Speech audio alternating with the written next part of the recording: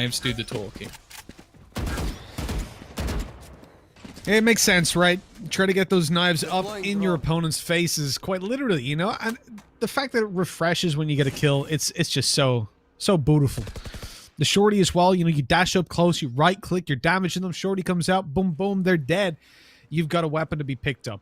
It's reasonable. This is where Jet can make huge impact on these weak rounds, weak buys. We'll see what they're able to... Look at this. This is a stack. Oh, there is a huge stack because they pushed all the way up C long. They're gambling on it not being B with the Cypher utility they've got in place. And now, the shredding of the defensive side. They'd stacked up and they're losing it. Tin having to pull it back with a 4K and he can't get the fourth. 1v2. How has this happened, Tom?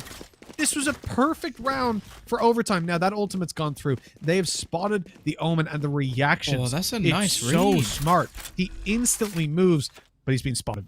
He's being spotted. That is a shame. The plan on back B, it's a 1v2, so it's reasonable. The problem here is you're playing up against an Omen who has smokes to play off of. Now, if he smokes out your Cypher, smokes himself into sight even, but there's an angle that he can see from. There's the blind. Look to your right, for God's sake, inside the smoke. Oh, no. He left the smoke unchecked that he had thrown down, giving his opponent some cover. That was so perfect, Tom. But in the end, it fell apart. Yeah, although we don't actually see much come out in this round. Actually, no, I suppose Lava did get a few kills. The main thing is that cam. Like, he had the neural theft as well, which gave the information of where the remaining player is. But leaving that cam back in mid just basically meant that he could catch off any rotations and find out so much information for the squad. That was the one way that I really saw them losing that round, was if somehow... You see him go unchecked. Very aggressive push in this round coming through, though. Breach trying to use the fault line. In fact, even going to throw in the Rolling Thunder. Some counter utility being expended to try and save one of their players. Pinocchios will at least find the trade onto Tin. And in fact, the rest of the team could just try and retrieve the spike and push elsewhere. But it's more of just a gamble push from a couple of players. There are still a couple waiting over towards the C site. There's the swing Lava, able to grab himself the opening. Overtime, they've got the site secured at this point. You would imagine Scary was still being cautious of you towards the back site, taking the kill. And the problem here, for only one word, if you watch this one back, they're going in for these fights one at a time. Now, Attention, he does the same. He's able to heal up for the most part. Oh, okay. Now he's the final one alive. They know where he was. They know where he is. But they've got to win the fights. He's being spotted out. Now Scary swinging through. Classic comes out. And he can't get the bullets out in time. Attention wins the round with a 3K. Phenomenal use there. You know, a lot of players are going to be tempted to go for the heal when they find that opening duel in that 1v2. But he goes in, puts the dismiss down so he's invulnerable as he swings around the corner, gets the info on where his opponent is, and then slaps him in that fight. Huge play. But it seems like whether he's on Jet or on Reyna, this man can still clutch in ridiculous fashion. And I think that's sort of what I mentioned at the beginning of the game, is like, I almost feel like this could play into his hands, not being forced onto the Jet anymore. Like, sure, it definitely his comfort pick, and if he does end up on an operator, I think that there's going to be some serious issues. Obviously, you can only really fade away after you get a kill, rather than with the Jet where you can do it no matter what the scenario ends. Even still, though, a 3-2 scoreline still in favor of overtime. Now, the issues that we saw from only one word have continued to show on this map. They've needed some pretty big clutches already to get them the first couple of rounds, but we are going to see the attempted plant onto the B side, but a great ultimate used by Darkus is going to deny anything of the sort. You can see the remaining attackers just trying to stop anybody rotating back in. The Paranoia are actually going to leave Tin completely blind and Scary. He's now looking for another clutch of his own, and it's not going to be happening. Scoreline equalized. Of course, that was just a few pistols, I believe, bought up by overtime, and now they're going to come in with a proper buy. Yeah, the full investment on its way, Tom. I mean, you know, that 3-3 scoreline, only one word, they bought themselves back into the game. At this point, Hype is going to stick with a Spectre. You know, I feel like, yeah, it can have some impact, especially if it's used correctly with Cypher utility, right? If you're coming in and you're able to cage someone off, spot them through it, Well, Spectre works perfect. don't know if Mitch is here. He's muted to me at least. Oh, I was muted to you, Tom. I'm very sorry. I must have hit off that button, but I wasn't muted to the stream. I'm sure you said something brilliant. I did, Tom. I didn't mention your bald head. Don't worry. Okay. No, Well, that would have been mentioning something brilliant. The brain underneath. But, you know, I was just mentioning how this sticking as a cipher down onto that weaker weapon of the Spectre is pretty reasonable. I think you can get a lot done with it if you're able to spot players through and pop your cage. Especially as he's just going to be playing for the info. I like the fact... Because remember, nowadays, Cypher should not be getting involved in early fights. Because you don't want to lose your utility. It becomes visible. You can't use your cam, obviously, but your even your tripwires become visible, so it's pointless if you die. Well, interestingly, on the attacking side, they don't necessarily agree with you because they've already managed to find the opener, and it was off the back of the Cypher getting that initial pick. Either way, we're seeing a lot of counter utility. The shock dart will do a little bit of extra damage, and Zeus, I believe that might even be his first kill. We saw him have an impressive first match for Overtime Esports, but realistically, he hasn't had the same start to this game. We're going to have the cages pretty much just being put down to try and deny any vision whatsoever, but it's left on to just Darkest in this retake. It has not gone well at all, and a change of pace, a faster play towards this A site has given Overtime Esports their initial round and lead back. Yeah, I don't mind the Cypher playing for entries when it comes to the attacking side. I think often you'll actually want to trade him out. But on defense more so is what I'm talking about. Like over towards the C site, if you're high in that round, you're playing with a weaker weapon, or one of you has to play with a weaker weapon. I think it makes sense. The defensive side Cypher is the one to do that. Obviously, it's very situational as well. For example, the current setup that they have, you would not want your Cypher to have a Spectre. Like, look where Hybe is. He's on C by himself. Closest player was A side of B. So he has no support whatsoever. Now, again, something I've said for Only Woodward in the past, and something I'll say once more, I really don't like their C setups. This is so passive. Look at where the closest player to rotate to him is now. Breach is on his way. But prior to that, had there have been a push on the site, the closest player was on A. So when you spot them with that cam, they're already coming out. They just destroy one piece of utility. Nobody's there to fight them. Cypher can maybe take a 1vx fight, but you're screwed. You lose the C site 100% of the time. Even now, there's the flash, there's the util. They have two players here, but they're completely locked out of C, and it's cost the attackers nothing. They put a smoke down, they used a flash, a dash, that's it. This is not a hold that I can get behind whatsoever. I don't mind the utility where it is if there's a player on site, but to play one window for A, that's not the setup to do it with.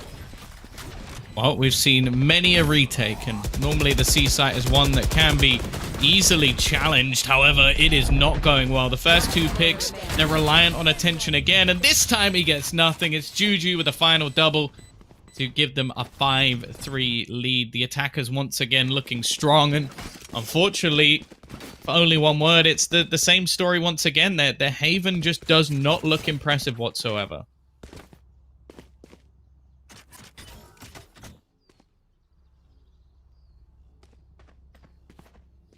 Sorry, Tom, I was chewing a sandwich. I'll be honest. Having a little bit of my breakfast. But I wasn't expecting your throw, Tom, but I also wasn't expecting the throw in that round from Only One Word. And I suppose it should be, based on the previous time we saw them play this. I really dislike that setup. Now, I think they're trying to mix it up on the pistol round. Not going to work. Just being tapped through, but it's fine. Like, these things happen. You got to try to make those aggressive plays. What I would like to see is a cam that's in a position that can see all the way down long. It's not used for the first 30 seconds of the round. Then you pop it, see if they're there. At that point, you can call for the rotate to come over and possibly set yourself up. You think about what that cam, the purpose that it was serving in the previous round, it's null and void. It is doing nothing for you. Because even if you spot them and activate the cage, which is what happened, right? You can't shoot them. You're in window. Your teammate's nowhere nearby to swing out. There's no one on site. So, you're just doing it for no reason. The camera doesn't exist in that setup. Although it does, it might as well not. It works the exact same because when they trip that wire, you realize when they flash, when they smoke, you realize they're coming. Camera serves no purpose. And that's why I hate that setup, and we've seen them do it so many times. And I feel like this is something that if you just take a step back and think about your previous game, think about how you're approaching it and the purpose of your utility that you're setting up, you'll realize that it is useless and you need to change it up. Even the fact that they've been exploited there many times. And Hybe is a good player. We saw him in the previous tournament that we were casting within Asia. And I remember him as being a solid guy. I had no issues with him back then. I think just this setup is insane. And I don't know how Scary has gotten away with that. Full blind spray. All right. We'll take it. Sometimes a little bit of luck can go a long way, and they're now going to try and use this to barrel their way through. In fact, they've gone into the A connector, and this is the adaptation I wanted to see in the last map of Haven. I'm loving the fact that this is coming in more and more for Overtime Esports. I'll be honest, after the first map, I was a little bit skeptical because we didn't really see much on their attacking side. It was mainly their defense, which was really strong. But they're making those small adaptations, which I sort of mentioned in the last match, where I was like, okay, I don't like the fact that whenever anybody takes the B side, they always just plant for the window and try and play that same after plant, because every single team who's ever practiced even once will have prepared for that. It's so obvious that that's the case. Whereas if you take more control, you cut off one part of that retake. And they played that perfectly. They didn't even really need to fight versus it in that last round, but they did very well to make sure nobody even got close. And I'm starting to worry a bit now, for only one word, because in the last map where we saw them have relative success on their defense, it was based off aggression. Like, it was based off them being able to take some control. We saw, for example, Attention having multiple pushes through A where he would get a multi-frag. Now, that's not been happening anymore. That's completely fallen flat, and we're sort of looking at this team and going, okay, what can they now do? And so far, it is still just individuals trying to get aggressive rather than playing as a team. Like, you look at the push that's just currently come in from Omen on the other side, making his way in towards the sewers. Doesn't really have much information about whether or not these players are here. And you can see how patient the attackers are currently being, because I think they know as well as we do, there has to now be some sort of reaction. They can't just hold for retakes because their retakes have failed miserably. Mm-hmm. No, 100%. This is not a position that they can afford to simply hunker down and say, well, let's try it again. If at first you don't succeed, try again. But then maybe the fifth time, don't, give up at that point. Try something else. There's a little, whoa, what are you doing? Literally, what is you doing? That was interesting to say the least. He's used his ultimate to go down below Heaven and get wrecked on the push out, and I think this is a well-deserved... sorry, what? They're pulling back into this round. They're doing some damage. Tin, he has been a big player for this team in a number of rounds, but he's going to have to be God tier to come back from the dead to win this one, because it's over and done, surely. Look at the HP as well in play. Like, it's so low. There's no way this works out. A right click from a jet, one knife has to connect. Yeah, I don't see a way back into this, and it seems like he doesn't either, so just going to look to try and save a weapon in this scenario. But the problem now is we're looking at 8 rounds on the attacking side, and although this is a map where I think if we see a 7-5 in favor of the attack, I'm actually not too worried for the defensive team. Like, it's definitely workable on the attacking side. I think you see a lot more plants go down on this map than any other, because it is very difficult to split your defense evenly throughout the site so that you can hold everything at once. The problem I have with that is this is now starting to get into the realms of, well, basically unwinnable.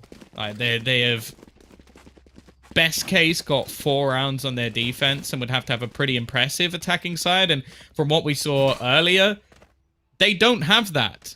That was in the last map. Their opponents literally gave up the sites for them and let them walk in, and they still lost most of those rounds. So I'm not feeling confident in their attacking, well, yeah, in their attacking side at all. No, neither am I have to say. Although we've seen it half to half flip-flop at times, it just doesn't seem likely.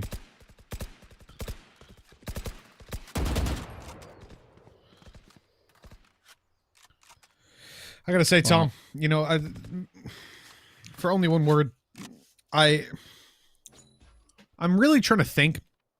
And I don't think I've ever seen cams that I've disliked as much. But this setup right here on C, it's better. The difference is you've got a player on site to react to 2 cages.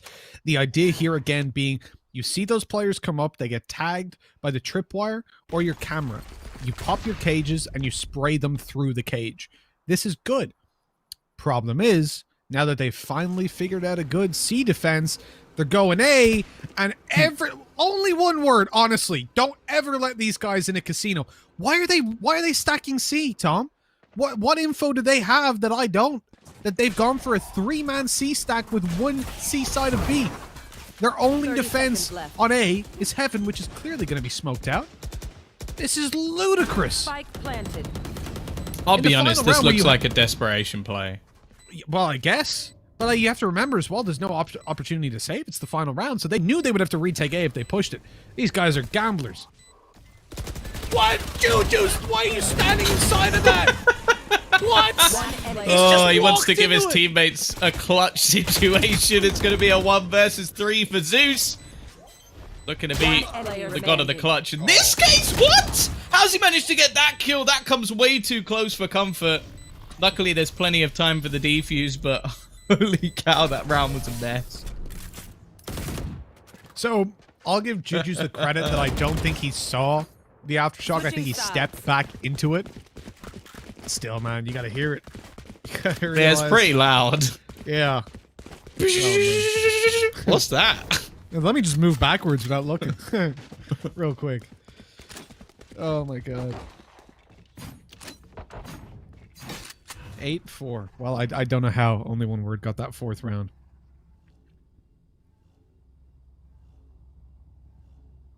Well, yeah. Let's just say, you know, it's a silver lining. It's something for them to go off. A pistol win going into their attacking side could at least give them something. Watch them falter. The problem they had was afterplants. In afterplant positions, they really weren't very good whatsoever when we saw them play in the last map. So I'll be interested to see if they can get anything done in this case. Well, I said coming into this overtime, we're my favorite team to take this, and it's looking like that might be the case. 8-4. They've still got a couple rounds to build up to get there, and it starts with this pistol, and you can see that they've gotten an aggressive stance on Jet straight down towards the bottom of middle. Over on A, excuse me, a very passive hold, but that camera very nicely positioned, so they can have a Cypher ready to rotate to B quickly, but constantly checking that cam, making sure nobody crosses over. As the C side is under threat, there are 3 players here. Cypher on his way, now going to be rotating quickly, and a flank from Jet. They delay with the flashes. They're running out of time, though. These players now up close, spotted through the boxes. The right clicks of the Classic coming through for damage, but not for kills. Smoked out here by his teammate Smoke. Juju's, that's about to fade. There should only be a second left, and there it is. 1, 2, but that's all he's gonna get. Now, Lava's gotta do it all, and that could have been it. You know, the other player was so low, but Tin's able to get it done with the Classic in hand, building up to 5 rounds, and making this one that little bit closer.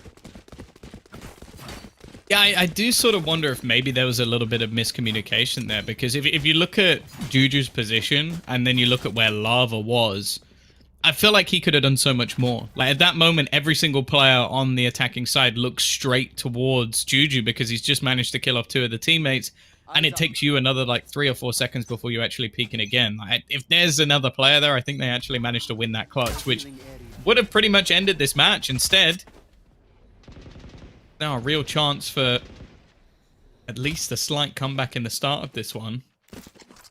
Only one word, obviously, with a huge advantage in this round. There's not going to be much of an investment at all for overtimers. They will be waiting to get the rifles into the next round. They have that extra little bit of loss bonus. Of course, for now, you can see that the information's already there. That's a couple of players that they've spotted only using classics. Unless somehow they've managed to invest all of their money into one operator on some player, which, by the way, is impossible. There really isn't going to be much for them to face off against, or maybe there is. Zeus is still going to be able to get a kill. The paranoia is pretty decent as well. Will slow them right down. The flank is very far away. Scary has now found one as well with a frenzy. But thankfully, Hebe is available to basically put this round to bed.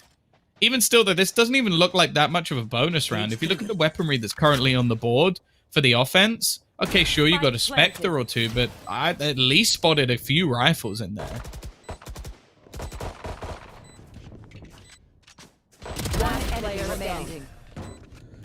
Wow, this is where I need overtime to step it up, to get it done. You know, it's all well and good coming into these kind of positions with a lead of 4 rounds, but that can slip away so quickly. And something that we've talked about for decades, you know, teams and closing out games. A lot of teams, especially amateur teams, will get in their own head about, oh, we're ahead by this much, easy, it's already ours. Happened to me at Atlanta versus the best team in the country. We were 15-11 up, Dust 2. The best team in the country. Can we just like point out that you're from Ireland and that means absolutely nothing? 3 professionals, full-time players on that lineup. So, you know. Out of how many? What, out of 5? Out of 5. So that means that they had 2 players on their team that weren't professionals. Yeah. I mean, it's Irish Lions. Of course. But it was the most heartbreaking thing ever. It was just a kid. We were so hyped, you know, it was the team that wins every LAN. We were like, oh, we've got this. 15-11, easy. I was late to long. We lost that round, and then it just spiraled out of control because we stopped taking it seriously.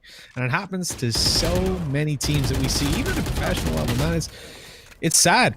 It really is, to throw away games, and this is where we need overtime to continue on building and not allow back on into the game. There's only one word. Well, they're at a man disadvantage. They're trying to gain something. Their attacking side has been weak in the past, but getting to bomb sites, as you said, Tom, was never really the issue. It was the post plans. They're moving in towards the A side at this point, as Sova, tucked in up close on short, is the only defense that they currently have. But, only one word, will they change focus? They're going to just rush down the B site. This is a dangerous last-second call. Let's see if it works out for them. Oh dear, oh dear. Already, we're going to see a spam shot come through the smoke, do a decent amount of damage. Scary's very low on HP, so making a play through this might not be the right call at this moment in time, especially with the flank battle currently coming in. Now, that's going to be going on in towards the window. Darkest actually wins that fight. The peak comes in as well, and things are all falling apart. It's only one word.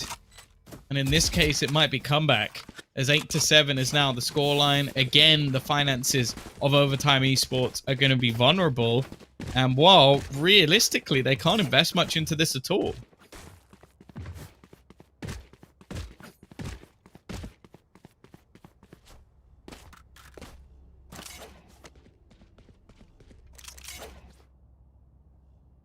Did you hear that, Tom? It's the sound of their hearts breaking. Over in the overtime side this week, as you said, not a lot to invest. It's definitely going to cost them in the long run, in the short run, in all runs. I don't go on runs, Tom. I can't run physically. It's a condition. I have to say, for only one word.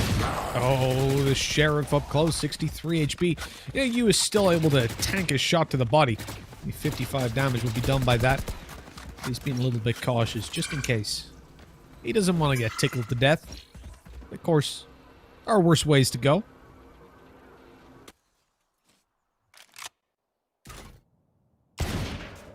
Still very cagey. I think at this point, only one word, I've realized that could be pretty much out of the tournament already. That is a fantastic paranoia, but attention, even better. Now, he's a man that if he comes alive on this attacking side, I definitely think that things could get scary. Aggressive push from him, though, and that could actually be a weapon. Zeus coming in from behind with the Bucky, though. He's managed to get 2. Things have started to fall apart for the guys at OO. And while now we're going to see some extra weaponry retrieved as well for overtime, they've got themselves a very good chance in this after plant position. As mentioned, that's the one thing that only one word had real problems with in the last. However, that aftershock will buy them a little bit of time. That's the plan, at least. Try and delay as long as possible. Don't allow them onto the site. But it's looking like the beginning of the end. It's left all onto Darkies, and they're going to take it home. Some Bucky magic and some crazy shots off the pistols, and that's a 9th round on the board for overtime.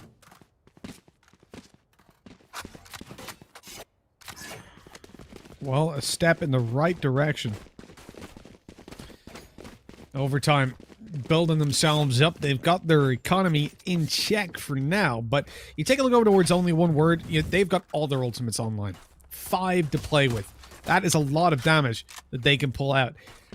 Now, when I see a Phantom, and wait, okay, there we go. I was waiting to see what the others were buying. I presume Hive's even going to get dropped over. A Bulldog, at least? Cover going out. Now he goes for a Spectre, okay. When I see a Phantom in the hands of a Reyna anyways, I expect that we're going to see that ultimate popped. And the spray, so easy to control. So many bullets coming on out of it. That was a nice shock dart.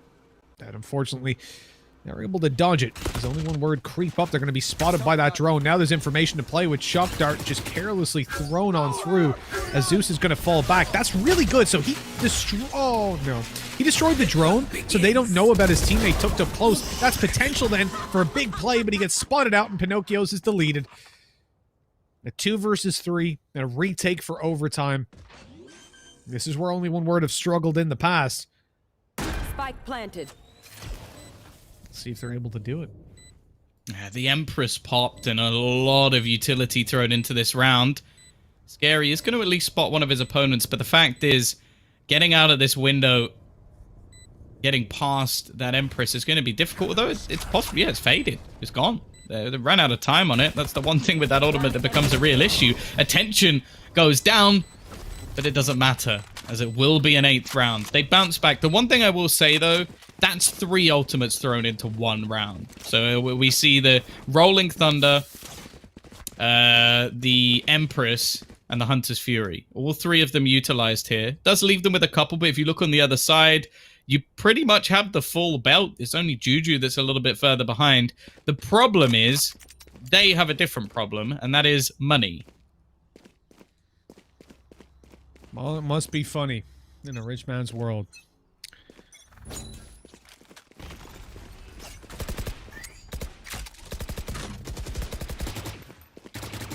You know that one, Tom? Yes, I do. Surprisingly. Good lad. It was one of my favorites as a kid.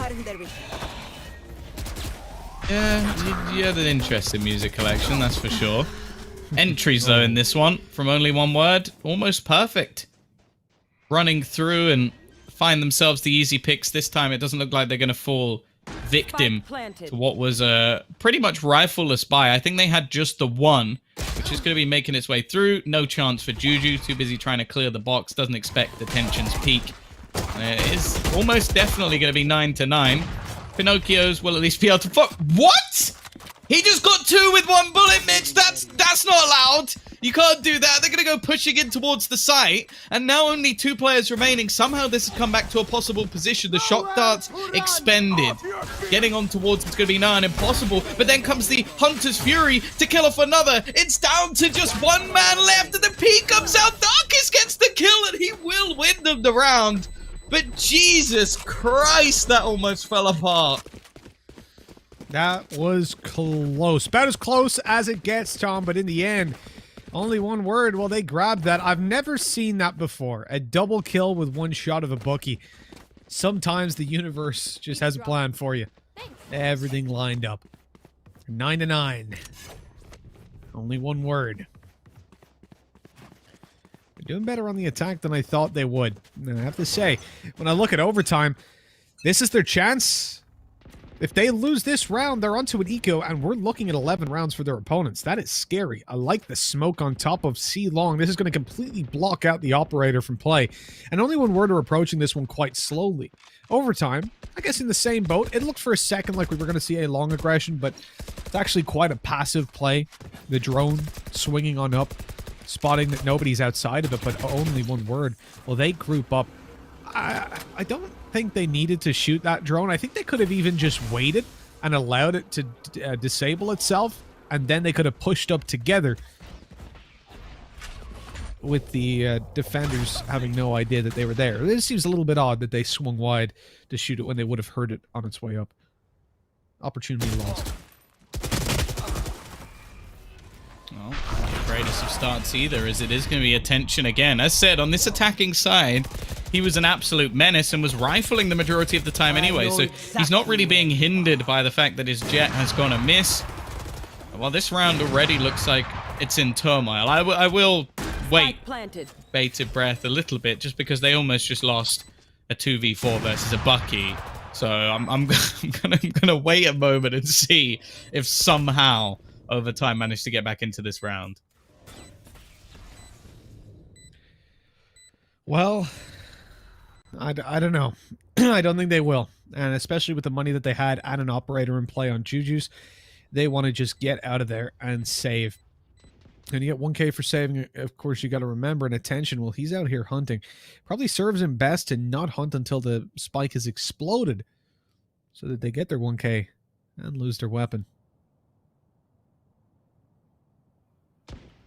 He's on his way around. This timing could be absolutely godlike for him. If he gets this kill to Omen, that will devastate the defenders. And he's got it. Scary shut down. No money, no weapon.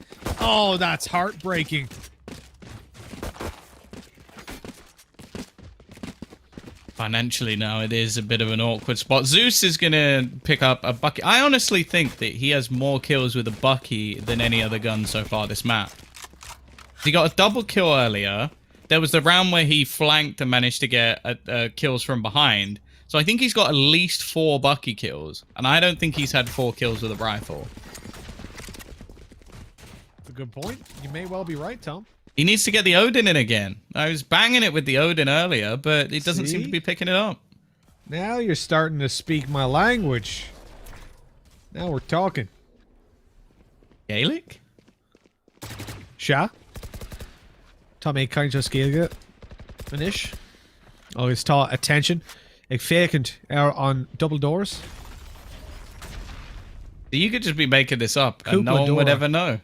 Kupla Duras, that would be it, I suppose. There's like 6 people in the world who would be able to tell if you were just making it up. Oh, that was an opportunity. That was a chance. And it's gone. It has disappeared. 10-9, only one word. A team that struggled in the past. We didn't expect much on their attacking side, and yet it seems like they've woken up. On us with the comebacks in this tournament so far. Group A, well, they have not been a fan of one-sided games. One-sided halves. Oh yes, they'll eat them up, but seems like everybody falls asleep after a 30 good seconds left. Excuse me, good first half. Hey! Or pass. They have. How does that manage to happen? There's players within this site. It can't happen again. That's another Bucky kill that's come up.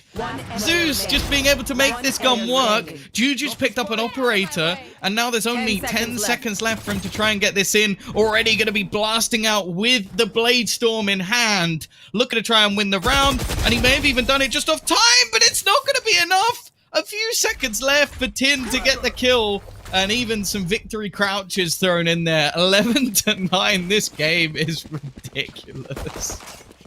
That was unbelievable, Tom. You're down to the wire. All he had to do was survive. But in the end, it goes over towards only one word. Again, a team that found a grand total of 4 rounds in the first half. The last of which was gifted to them on a golden platter. They never should have had a chance. And here we are. The lead in their favor. They've got 2 rounds ahead of their opponents, and they are not slowing down. Overtime esports. They're feeling the pressure. They must be at this point.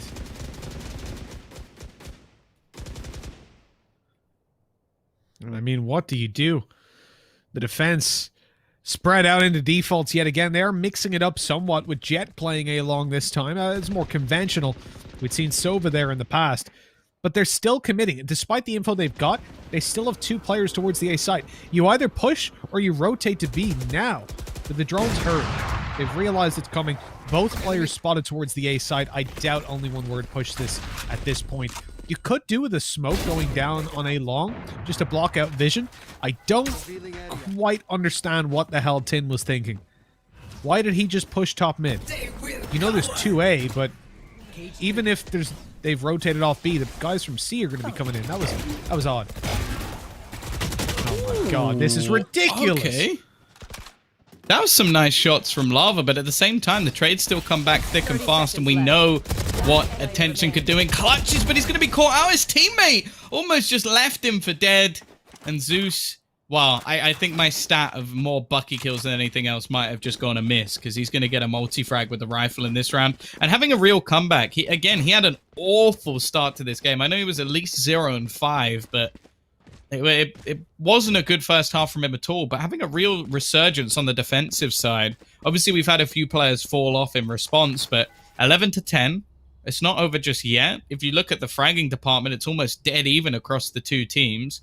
I know Mitch is a mathematician, so he's quickly going to add up all of the frags of both teams for us, and he'll get back to you. 42. Is that the meaning of life? Sure. Have you seen Hitchhiker's Guide to the Galaxy? Because if not, that joke doesn't make any sense. I just sat here going, what the hell is he? What's wrong with Tom today? Like, we're looking at a spot where I don't know what to expect round on round. There seems to be no consistency to what you can expect from a team. Only one word. Previously, the defense was where they thrived a little bit better. Now it's where they can't get a damn thing done.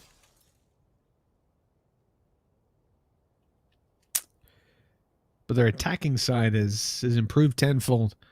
They have the lead, losing the previous overtime, one behind, looking to rotate in towards the C site. This read is very much incorrect. It couldn't be worse. But they're leaving Jed in position. So it's still going to be a two-man hold. That early information that they lost could cost them the round. He's going to come out of this spot. Eventually, he's going to take that sidestep. The question is, do only one word move first? Here we go. Oh, the flash. Why would you flash there? He's gotten away with a kill, but they were about to come through that doorway, so that was a reckless time to put your weapon away. Still, it works out. Oh, and Juice and Zeus able to pick up kills. Down below now. Spike is dropped. Why was the spike there, Tom? Why did they bring it all the way over when they had control of long and short? I don't know. They're blocking each other. He's got it. He's going to get it just about, but he's being targeted. He don't know that he's planting in that position.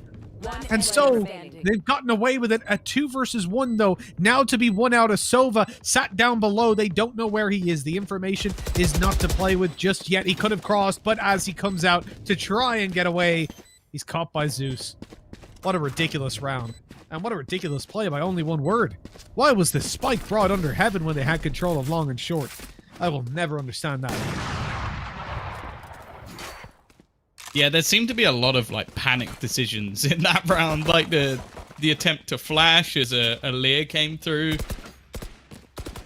Don't know how he gets away with the kill, but yeah, there are a lot of scenarios like the spike being taken under. Almost seems like the player didn't know he even had the spike, and it just ended up completely falling apart for them. 11-11. Bear in mind, overtime esports, they win this one. They are almost guaranteed a spot through. It would depend on what would happen in the other match. There's still potential of 3 teams going 2-1. Unlikely as it is, but you never know. And of course, if only one word lose this, more importantly, they're 0-2, and likelihood is they're going to be out. So it's a pretty crucial time in what is a very close map. A map, as mentioned, one that only one word haven't looked particularly good on in the past. Overtime. Well, they might have just brought this back at the perfect moment. 3 men waiting outside of the garage. In fact, a 4th even lurking around that angle. A position we haven't seen pressured too much, mainly because of the choke point. And with a paranoia in hand, it could work out perfectly. The peak comes back through. Does he know the second player's there? Though he doesn't. And Ting gets an easy trade. This paves a path towards this C site. However, they're not actually going to capitalize off it. The spike has gone back in the other direction.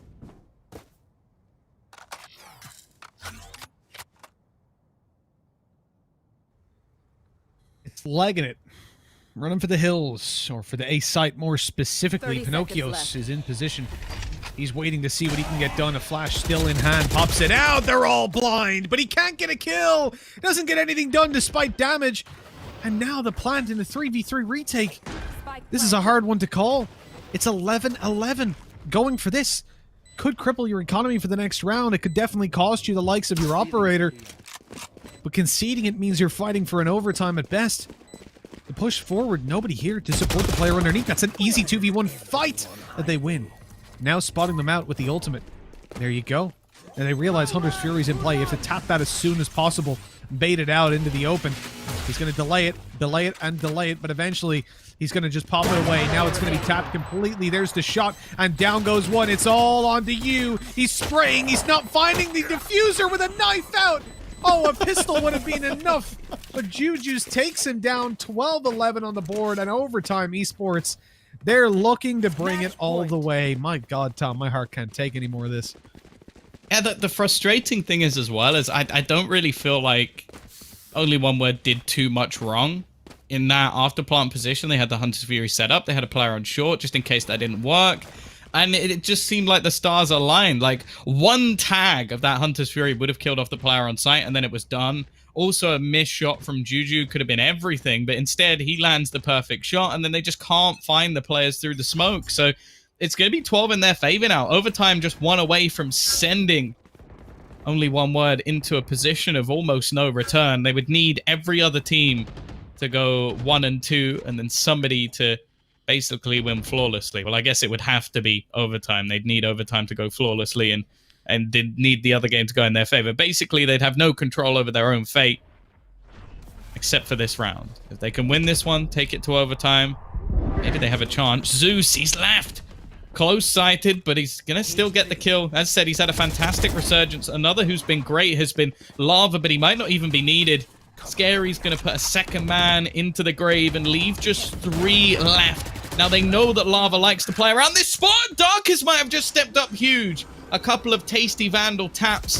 There's not much they can do about it. The peeking from Juju's risky, and it just leads to a trade. It's one man left to try and save them, and guess who it is, Mitch? It's Attention once again, and all eyes are on him, but he can't quite get away with it. He tries to steal some health, and in fact, his opponents have stolen the victory. A 13-11 in favor of Overtime Esports. They have scraped themselves a win. Just about getting it done, Tom. I have to say, I'm impressed that they get it in the end. That finish line was looking to be a little bit far away at a certain point. But it just builds on the fact that we were saying, you know, coming into this group, it was up in the air, right? Group A, there's no team that should walk away winning every single game. There's no one we say, oh, they will top the group 100%. Whereas when you look at Group B, AHQ should be. Group C, Myth Attitude. Group D, Attack All Round. Group A is the one that you don't really know how it's going to go down. So I'm happy. We're seeing 13-10, 13-11, 13-11. That is a pretty damn fun set of games. So we're not getting anything one-sided. Now, I have to wonder, though, at this point, you know, overtime, they're sitting pretty towards the top of the scoreboard. Is this the end of Only One Word? Are they gone at this stage? I mean, they're 0 for 2. So if my math is correct, they'll have to beat Super Domineering, and Super Domineering will have to beat TMT. It looks very unlikely. Yeah, basically this next map decides the group. Like, that's it. That's it done. Like, we will have 2 teams 2-0, the other 2 teams 0-2. So if we know who's going through at least. Obviously, it doesn't decide who goes through top, who goes through with the second seed, and yada yada. But and who doesn't get a single win all the way through, which you never want to be that team. Again, though, Scary has been someone we've highlighted from the previous match, who was very impressive on the Omen, even if it wasn't his choice to play Omen. And yeah, he's done it again. Sat at the top of the board. Juju, impactful. Lava, I think, was impressive towards the end of the game. Attention still did pretty well, even though he was forced to play an agent that he didn't necessarily want to. And interestingly, the highest man is actually the man who forced him to play that agent by going to the toilet during the pick phase. So, yeah, it's unfortunate. Mistakes were definitely made, and I'm sure there's going to be frustrations in the camp of Only One Word. But really, all they have to do now is focus on their final match and probably just chill, sit around and watch the next one to see if they actually have a chance of getting through anymore. Yeah, that's the thing, right? There is unfortunately no prize for participation. You have to be taking the crown, or at least taking the top 4 spots, not in the group, because that would be pretty easy, but in the overall tournament of 16 teams. That means making it to playoffs and then to semifinals, excuse me, top 4. So that's going to be pretty tough for these guys. They have to rely on some of the other teams, as we said.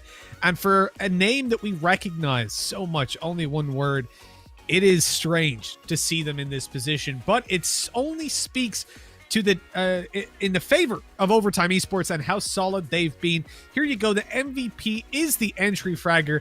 It is scary. This guy played phenomenally now in 2 maps, and I have to say, I am thoroughly enjoying watching him because I don't think we got to see him before. At least it doesn't ring any bells for me. No. But I'm glad we're seeing him now. Well, I think the other thing as well is there's always something so enjoyable about like a talented Omen. I think something I've been witnessing quite a bit, like when we saw Kriya in the past, like when he was on that Omen, it was fantastic. And then more recently, Sub Rosa switching over to an Omen has been phenomenal. Like, I think one of the most impressive things about Sub Rosa is his counter utility. So the way he uses his dark cover to actually counter certain utility. For example, anything that Killjoy puts down, if you put a dark cover over it, it's basically useless. And he was doing that quite regularly. Scary, on the other hand, a lot of the time he ends up being more of a clutch player. And I think he does that very well. So this game, it seems like he picked up the most entry frags as well, which again, I don't necessarily put down to an Omen player. I think he's just performing very well. So I'm definitely interested to see how he does going forward into the tournament. Obviously, at this stage, the only way that they don't get out of the groups is based off like every other team managing to win 2 matches. So that would involve obviously only one word actually going 0-3, which that would be pretty impressive to say the least. But we'll have to wait and see what happens there. And nonetheless, I'm looking forward to seeing how they'll do in the future matches. But more importantly, Mitch, I'm getting ready for what could be a match that sends 2 of our teams home. Well, exactly, right? The next matchup, Super Domineering versus TMT. If TMT win that, there is no hope for Only One Word or Super Domineering. They will both be going home, unfortunately. We would have decided then Overtime versus TMT taking the top spot. It would essentially negate the final game of the day, the Super Domineering versus Only One Word, because those guys would obviously both be going out no matter what. There's no consolation prizes, but it all has to be played out, of course. There we are, though. The standings. 2-0 for Overtime Esports, confirming their spot, not as the top of the group, but confirming their spot in the playoffs, at least. TMT up next versus Only One Word versus Super Domineering, excuse me, will be the team that decide whether they'll be going through or whether they'll have to fight some more a little bit later on. It's exciting times, Tom. I mean, there is no easy road to the playoffs for these bottom 2 teams, but this next map, as we said, will decide it all. And if you're Only One Word and you're sat there as a team that came in as the most recognizable out of the bunch, the one that we had seen the most of within the Asian region out of these 4 teams, and you're going to be in a spot where you have to rely on a best of 1 in a tournament that so far has seen 13-10 and 13-11s, I would not feel too confident, Tom. You know, I think it's the logo change. I think that's what it is. They used to have some nice, cute little like Fortnite unicorn things, and now they've gone for a crosshair that says "ow" afterwards. Like, it only brings pain. They need to go back to the happy-go-lucky piñatas that they had before. So maybe that will make the change. I'm not so sure, but realistically, right now, I think they could use something sweet in their life, because it seems like they're probably quite bitter after the last 2 matches. Yeah, things are definitely feeling sour right now for Only One Word. But up next is TMT versus Super Domineering. One of these teams has a chance to go on through, and if TMT win the game, they will confirm their spot in the playoffs. So stay tuned. That will be coming up in just a couple of minutes. For now, though, we're going to throw things to a break.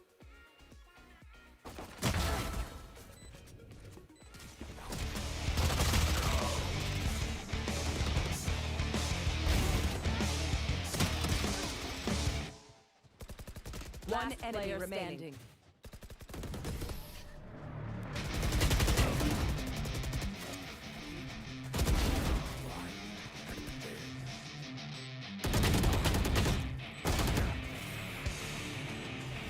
I know exactly where.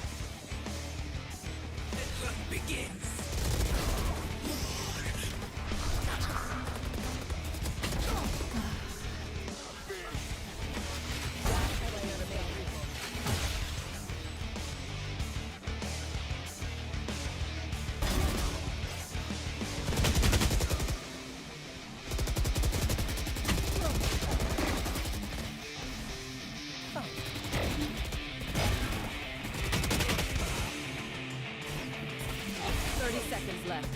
Last player remaining.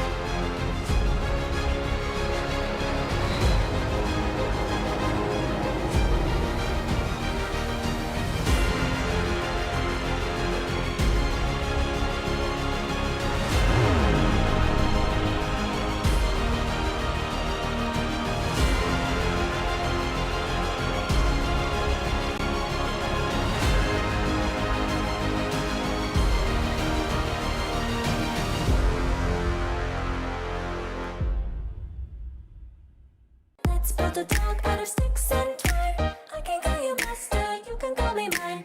Wrap me in plastic and make me shine. We can make a tall house, follow your design. You can call me mine.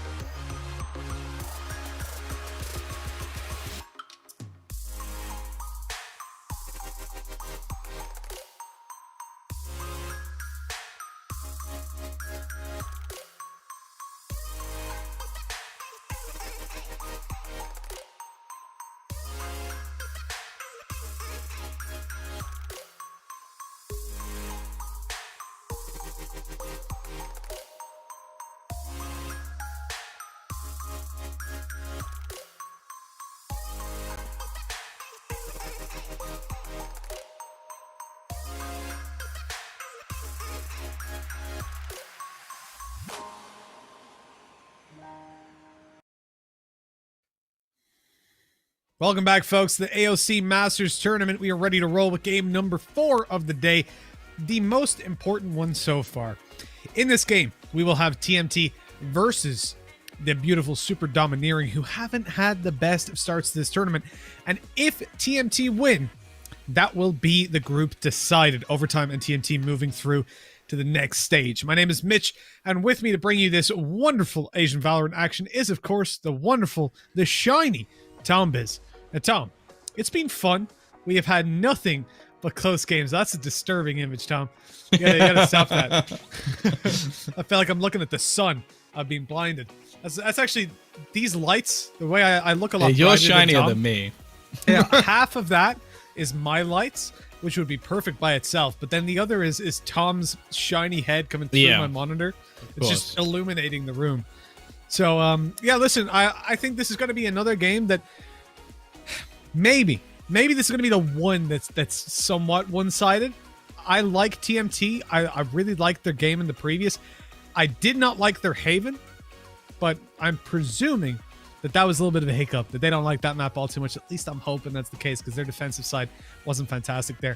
We're ready to take a look at the games that are coming up and the ones that we've seen already, Tom. And, I mean, look, it's so damn close. You rarely ever get to see this in a group stage of a 16-team tournament. Well, yeah, this sort of the interesting thing. So touching on what we saw previously from Super Domineering when they were in the last tournament we watched, every single match they lost, but it was always close, like a 13-11, a 13-9, and a 13-8. So they always made it competitive in every single one. So I wouldn't be surprised if we see the same once again. It's just sort of getting it over the line that always seems to be the issue for them. And I think in terms of firepower, they're not necessarily matching up to some of the other teams that we've seen, especially with how good the start was they had earlier. Like, they had a 9-3 lead before eventually things seemed to slip away from them. So hopefully they'll be able to show a little bit better from TMT and maybe make this group a little bit more interesting, because that's obviously the problem. If they lose this game, we're just playing for who's going to finish top in the group. And for TMT, they're a relative unknown. They've come into this tournament without us really knowing too much about them whatsoever. And realistically, we kind of want to see more. So if anything, if they do win this one, obviously we get to have them play that sort of like top of the group match to see who goes through with the #1 seed. And then we get to see them come back for the playoffs all the way in December. So they'll get some time to practice, maybe watch back some of their demos. They've still definitely got a few things to improve on, but it'd be a very, very good start to a team that hasn't made it to this sort of tournament before. You know what, Tom? It's kind of interesting to me as well, though, because I have to say, when I take a look at these guys, TMT, as you said, were an unknown category, right? Coming into this, we didn't really know what to expect. The one thing I will say that I'm 100% certain about them now is that PBD is not human. He's actually an android. Because the only way he has reactions as quick as he does is that he's connected his brain to the PC via a USB 3.0 port, not even a normal USB port. Matter of fact, he might have invented USB 4.0, and he's hooked up into it. Because it's been unbelievable watching that guy play when it came down to operator gameplay. And speaking of which, Jet operator gameplay, let's talk about Ascent. And this is where I expect to see none other than the Odin taking place from pretty much every team when it comes down to this map. And I'm smiling cheek to cheek just thinking about that, especially knowing my boy Carl is on the server. Now he's going to be playing over towards that B side, and I expect a lot of wall bangs to come through from Carl, as well as double shock dart lineups. I'm excited. There's a small part of me that really has this sort of just sick mentality of wanting them to play completely different to anybody ever played Ascent, and just have him on the A site for no reason at all, just to cause you pain. But chances are you are going to be correct. You never know. We do see teams switch things up quite rapidly when it comes to different maps, but I don't think we've seen too many spicy picks. I guess the Rays coming in on Haven was a little bit of a different one, but other than that, it looks fairly standard. I guess again, the Rays a little bit different to what we see some teams run on this map, but other than that, as I said, you've got your Omens, you've got your Jets, you've got your Sovas. Killjoy versus Cypher is going to be something we talk about until the end of time. That's just it comes down to preference. I do always think that I would personally rather see a Breach, especially with how we've seen a lot of these players played defensively with the breach so far, which I've been fairly impressed by. So I don't know. Josh, it seems like he is just a Raze main by the looks of things. I think if we've seen him play now on Ascent, of course, and on Haven, I would be very surprised if we don't see him play it if they go to a bind or a split. I like the pick of a Raze as well. I think it's something that we've typically seen from the likes of Artis, who's just made this a really good combination to have alongside a Sova towards the B site. Now, I want to just quickly see where these agents Isn't go Artis to the see if- Sova, though, on this map? No. Unless they changed that recently. I thought he's always been their Sova. I'm looking it up real quick. He's got 61 games of Sova. I think you've just made something up, Mitch. 2 seconds. unless they switched it, because he's always played Sova. I'm making it up in my head, apparently. This is What the hell? Oh, it's He Split. plays Raze It's on Split.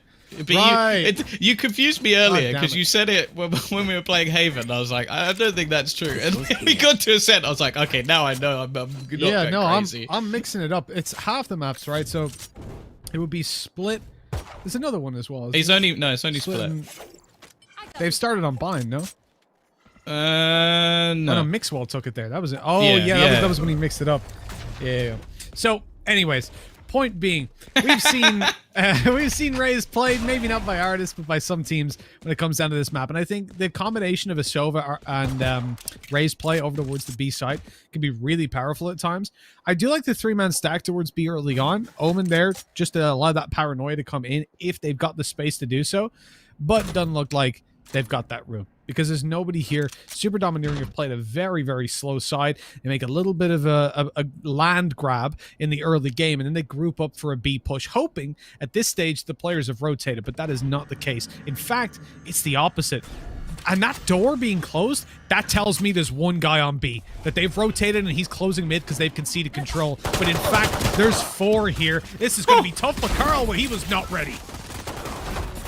Josh has managed to find a 30 trade, but seconds left. thus far it has not gone well, and eventually there's going to be a hoping to close out this round. It doesn't look like there's going to be much of a response, although Nazmi has had his moments in the matches we saw earlier.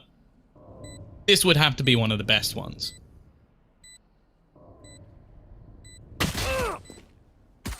Well, Nazmi's not finding anything really except a couple bullets dipping on into his skin. Time to run away from this one. But of course, you'd only get 1K. And that's where the new game kind of comes in. He swings around. That was a collat. 1 player left. Oh my, that came so close. Repositioning. And it paid off. Jeez. That was a collat, wasn't it? Yeah, no, they're definitely a collab. That's unfortunate. I guess he didn't expect anybody to be on the close box with both players standing behind the other box, so it would have been it was a bit of a weird setup, but I guess they didn't really expect anybody to push them in a 1v3 situation. This round, unfortunately, is not going to be massive amounts invested, but Super Domineering, they've got off to a strong start here, and we sort of have to look at this and go, okay, sure, they didn't do well at the last tournament, but they've still come straight back through and qualified for the next one, so I don't think we can just sit here and count them out. Clearly, work has been put in, and this is going to be a very fast take, especially considering they're the ones with the weaponry. To go this quickly in is probably going to be a surprise, but also a risk. 2 quick kills coming up for the defensive side off the back of some small investment into pistols. Johan, in fact, has even found himself a stinger and made it a 2 versus 4 situation. A pistol win might be short-lived now, but there is going to be a trade. In fact, 2 coming back for float, giving them at least an opportunity here. I don't know if they'll expect anybody to be in that close corner, however. After clearing out the site, I think it'll be a bit of a surprise to them that somebody's still just going to be sat up here waiting. The door's been closed, and this is all going to come down to timing, and I don't think he was spotted. Float hasn't seen anything. His teammate's going to be pressured on the site. He's not covering him off, and now it's left onto Float to try and clutch this out. 2 kills already for him in this round. Looking for a little bit more. The 3rd comes up, and the last player's so low. 1 HP, however. And Johan is going to steal it. A ridiculously close round once again, but this time it's TMT to take the victory. Just about in the end, clutching that one out. TMT Well, they got away with murder on that one. Johan, 10 HP in the end. It was a 10 HP versus 1 HP fight. That's never something you want to be engaged in. I gotta say, so I realized as well, Tom, I was mixing up the Zip and Shout combination on B with Artis, and I had no one else in my head. It was just like, Artis, he's the Raze. He's Raze on Split. And that's something Banks he's a banging Raze on Split, to be fair. Banks has poisoned my brain with Artis and Raze. There's even a game where Artis had clearly picked Sova, and Banks went, oh, and Artis is on the Raze. I was like, no. He was so excited. He just really wanted to see it so much. To be fair, in my eyes at least, I would say Zipan is probably the best Raze in the world. Like, I think, obviously there's arguments for him even being the best player, but yeah, at a minimum, I would say he's the best Raze. You know what? It's something to do with Zed. Zaiwu, Zipan, like, I'm changing my name. Zichman. There we go. I'm announcing my pro career. I figured out what was holding me back all these years. Or you could be one of those people that instead of like XX at the beginning of your name, it can be like Big Z, Little Z, Mitchman, ZZ. Because I put. But then it just sounds like you're sleeping, which is it's more like your gameplay, to be fair. That's because I put people to sleep, just like PBD does. Oh my! And these guys, well, they're never waking up. It's eternal in their books. You know, considering the spot they're at now, 1-1. Winning out this round for TMT, losing the pistol and getting a 2-1 lead is massive. If they can get it done. Remind me, PPBDJ. Let's just go PP. Yeah. Let's go P. Well, Tom, cheering for PP. It's a regular Saturday evening, and we're looking towards this 4 versus 1 crossfire. Smoke down. There's 2 players. There's nothing he can do. So as he walks through, there's a player either side. They're 2 over on short. He's dead. 100% of the time, man. Actually, 99%. The other 1% he is a spin bot. Here. Well, he doesn't.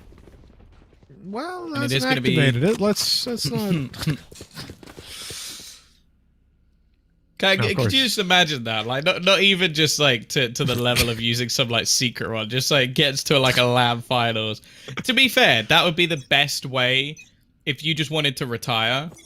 Just go into like a match and just be like, yeah, I was cheating the whole time, just like spin button. I'd rate it. You'd be infamous, and that's the thing, you'd be remembered forever. It's true.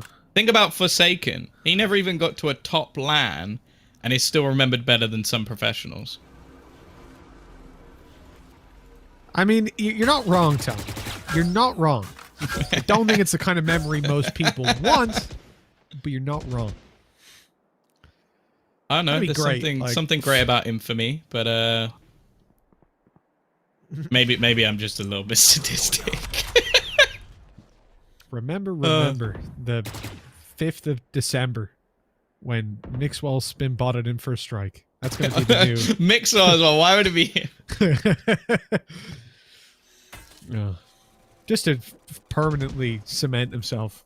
It's actually just Fearoth gets sick of being called Irish, so he just decides like enough is enough. Odin Spinbot. He's gonna say, "I am Irish, and this is what we do," and he's spinbots. Right here. Anyways, enough about spinbotting. Let's talk about the actual gameplay we're seeing.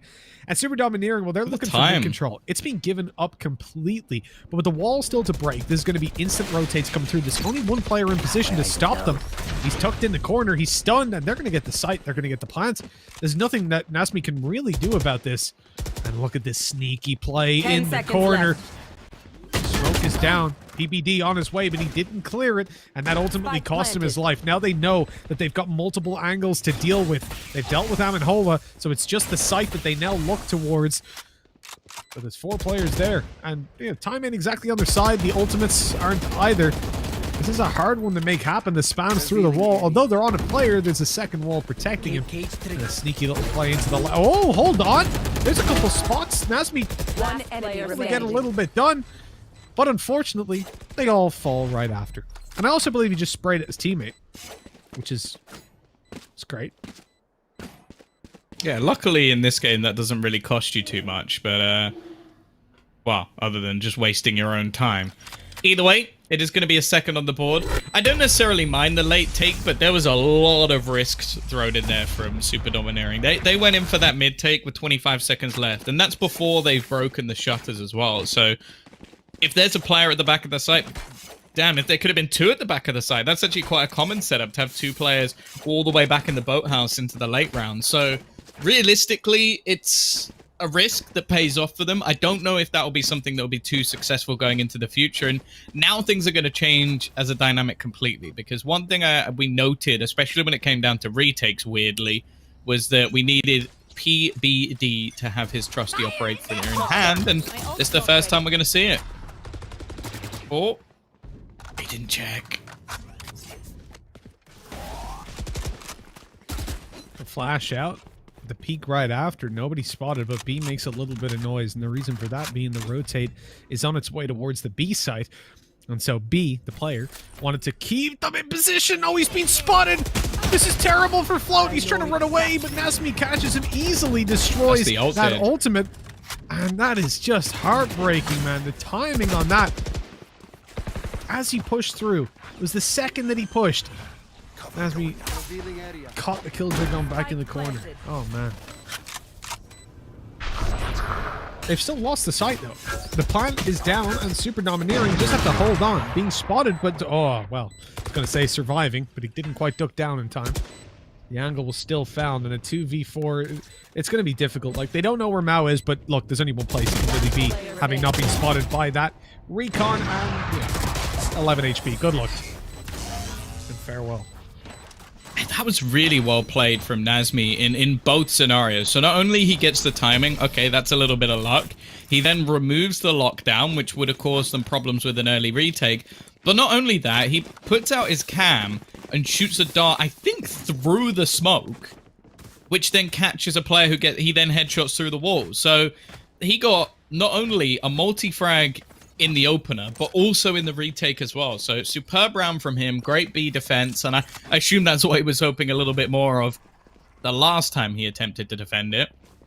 Now, Mitch's face lights up with glee as he witnesses his favorite gun enter the server for the first time, but to be honest, in a round like this, there's really not much there at all for the offense, other than a few ultimates.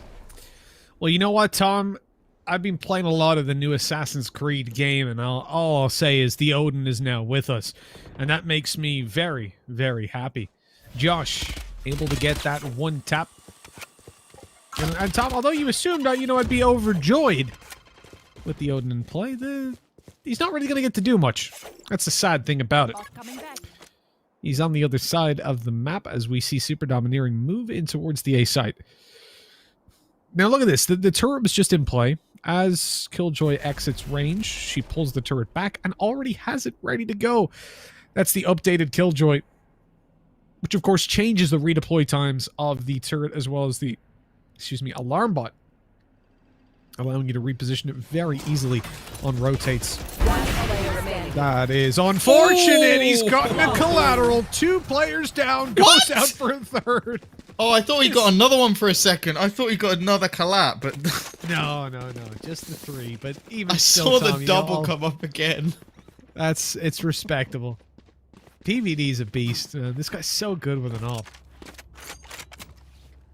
The timing as well was so terrible.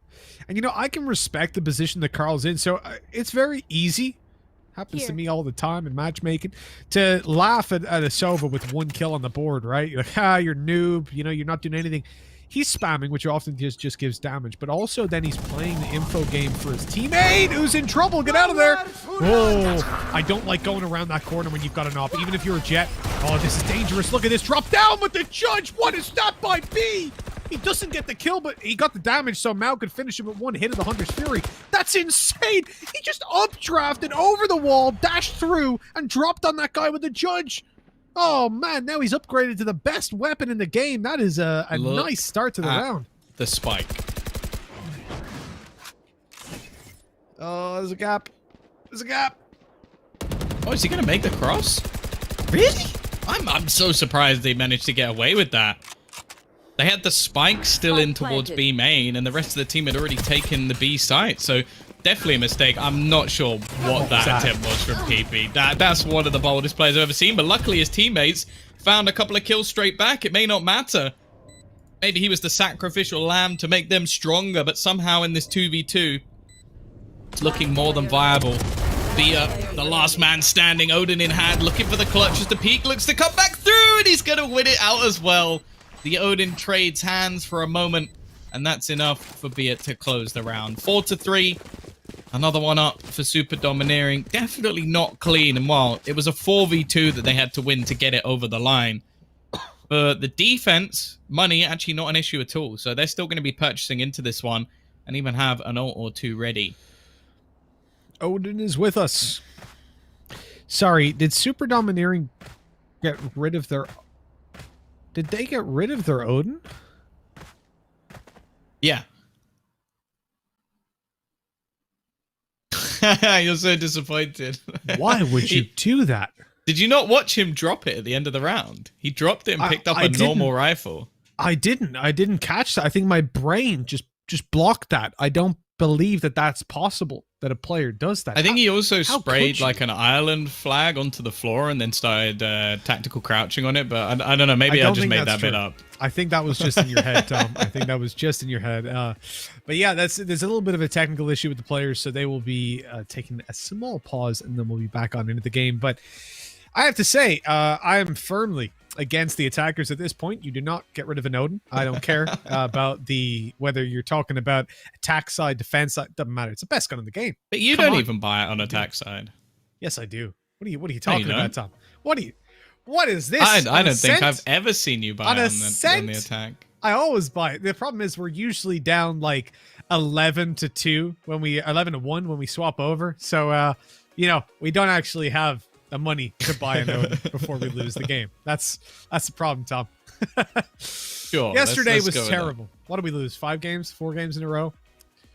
God, Yeah, I it's think so even fun. in the last one, I think I got 27 kills and we still lost. You did as Phoenix, which hurt my soul, but Yeah. it's fine. Fine, the pug, it's acceptable. But Tom, look, so far what we've seen has been again another flip-flop game. I think that between these 4 teams, we made a very good call saying that this was the hardest group to call by far. Yeah. In fact, we didn't even attempt to call it because all of these teams seem to have a chance to make it through. And in fact, if I was to say the 2 that I would presume, it would have been only one word, and Super Domineering. And those are the 2 that it's looking like will be sent home. So in a way, it just speaks massively towards speaks a really good towards how good this region is. How many teams you can mix around some players and be able to still field a team that can deliver damage against a team that's been around for a while and already proven themselves within the region. Yeah, especially on this map in general, though, I'm really interested to see like where the numbers actually lie, because especially in Europe, a lot of the times if you see a very one-sided ascent, it comes down to like the defensive side. Like that's what we look at least. So I'm really interested to see if we will see more attacking rounds or if it is just going to be a sort of 50-50 map. What are you laughing at? Out of just sheer interest, I just clicked. I noticed that Bren had a page, right? So I just clicked on it just to see their page, right? See what kind of stats are being offered here and whatever. And I just quickly, Bren Esports, the South Asian professional esports organization based in the Philippines. Okay, interestingly, they're called Bren because their founder is called Bernard Bren Chong. There you go. Okay. But it has competitive teams in, and then there's a game I've never heard of in my life. Bang Bang. I love it. Mobile Bang Bang. Mobile Legends Bang Bang. Who made that name? Bang Bang. It's just such a weird. I don't know. I want to have a look. It just made me chuckle. I'm gonna Google it. You're gonna Mobile Google Legends the Bang game. Bang. This is gonna be our new thing. We're gonna switch off of Valorant and Counter. So leave it all behind. We've got Bang Really Bang. looks like it's got similar weight. Yeah, it looks like another Riot game, shall we say? But Yeah. I would. Well, I don't care. It looks like they've ripped off League of Legends. oh yeah, 100% does. Like, it what? definitely does look like that. But you know what? Speaking of Riot games, actually, as we're on we're on Valorant, right? This is made by Riot. They actually just announced Wild Rift, which is pretty cool. I think it's as far as I understand, just Mobile League of Legends, which is pretty awesome. Bring a whole new platform to it, a whole new region as well within it, because I know that reaches Mobile more. Bang Bang might be in trouble. I think they might. You know what? I think they just might. I don't know how well it'll fare. But here we are. 4-3 is the scoreline as TMT Esports have the lead, but they are struggling to hold on to it. Super Domineering look for mid-control yet again. Now, they've gotten this very successfully in the past. Oh, I love this. So the camera's there. These players are going to swing out to try and deal with the camera. Probably not. No, they caught it. It was taken out immediately. You probably don't expect PBD to be there with an operator, but he misses the shot. No, I mean the Omen. Takes a lot of damage. They missed the Omen, who's already got past. Possibly. They spotted the jet. I suppose, yeah, I suppose they didn't see him. He could have took to close right. Yeah. So I'm a little bit worried if that cam almost gives them a false positive if he's past the angle of which it will be seen. They do still have players waiting, so I guess now that they've fallen back, they're going to expect that this angle could still be taken. But in the meantime, the attackers have opted to try and take some control of short. But again, it looks like they're going to go back for the same play that we saw previously. The difference being, though, and this is something I mentioned, we now have a player firmly in the back of the site. So this take doesn't become anywhere near as easy as it was before. You've got Carl with the Odin waiting patiently. This is such a tough spot to clear. And they were expecting it to be open. You can tell. They were like, do you remember last time when we just walked into this site and there was nobody here? Well, this time there is the full force of TMT. An easy hold, some Odin kills. So Mitch is very excited. Yes. And it is going to be Super Domineering falling completely flat. And they tried an almost identical play. It was about 20, I think they had 30 seconds this time. So a few extra seconds, but they did not expect Carl to just be waiting for them.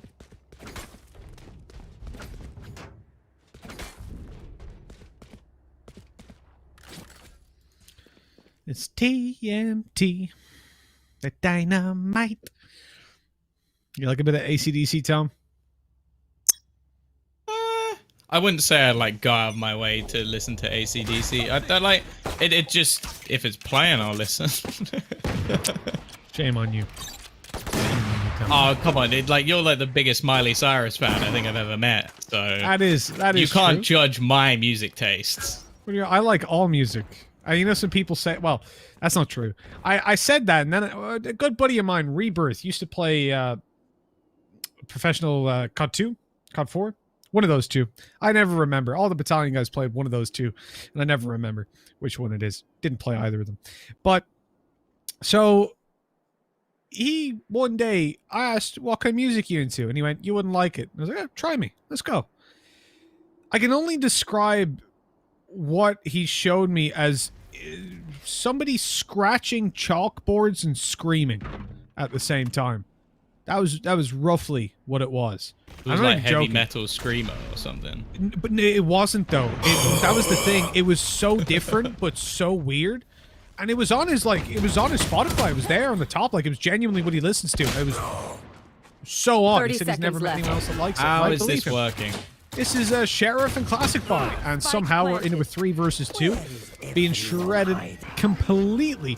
Nasmi's even deploying an ultimate. I mean, Super Domineering are getting everything off of TMT. Weapons, utility, ultimates as well. Luckily ending up in just this 1 versus 3 that really should never work out for the Killjoy, although Nasmi is given the opportunities by playing up this close. A classic right click can do a lot of damage, but Nasmi does a little bit more. The Phantom more than enough to close this one out and put 6-3 on the board.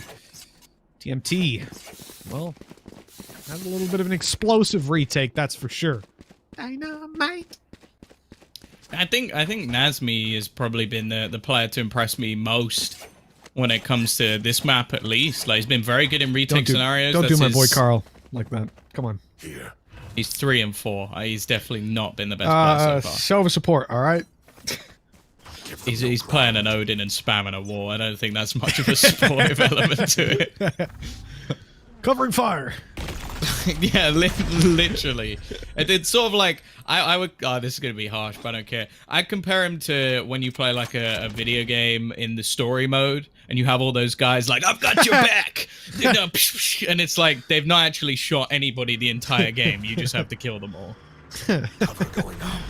Yeah, I guess that's accurate. Covering fire. She's like, you're not shooting anything. You've You're killed not- one you player have since killed no we one. started this game. 10 You're, hours you're, ago. you're driving a tank, and I'm walking, and I've killed 75 people, and you've killed no one. This doesn't make sense. Nobody's covering you. That's the important part. That's all that matters. A PBD. He's getting this kill. I know he is. You know why? Because he's PBD. He's not on a retake, though, and he's not jumping through the air. That's true, actually. Yeah, he misses this 100% of the time. Oh no, he's oh no, now I get it, because he has to go through a smoke. Like that's what he needed it to be more challenging. This seems to happen quite a lot though. Beer pushing into the site on his own, the rest of the team a little bit further behind, but it looks like the defense 30 again have just seconds left. decided to set up for a retake scenario. Now, there's a lot of utility available at the moment. In fact, there's still a Hunter's Fury for both sides. And also, you have the Rolling Thunder, which it could be so valuable for them pushing back into the site, especially if it goes towards that heaven position. Here, however, comes an ultimate on the other side, the showstopper, and actually, the defense have decided to basically use nothing in this scenario. They're just trying to fight tooth and nail, and it's not going too badly. The problem is the defuse already coming in. Nasmi, in fact, lets go of it, and that might just give a little bit of an inkling over to Float, who gets a tasty shot, but unfortunately didn't realize that the man was defusing already. And it's going to be a quick cleanup for him, but at the same time, the defense with 7 rounds on the board, looking pretty decent. But as said, like when we see some of the teams within Europe especially, like we can see 10-2 halves, you know, just based off momentum when it comes to this map. So I'm not going to like count them out just yet, because we did see a very good defense when it was on bind from Super Domineering as well. So it's possible that they bring this back at least a bit. Coming back. Get out of my way.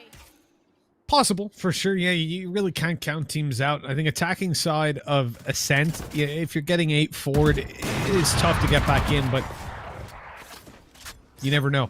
With these teams map to map, round to round, or half to half, more specifically, that's where the changes come. The Super Domineering, they're looking for the mid control, and they're getting it for free. The drone just being followed. What was that crispy little shot? That was gorgeous. Call that one a floater.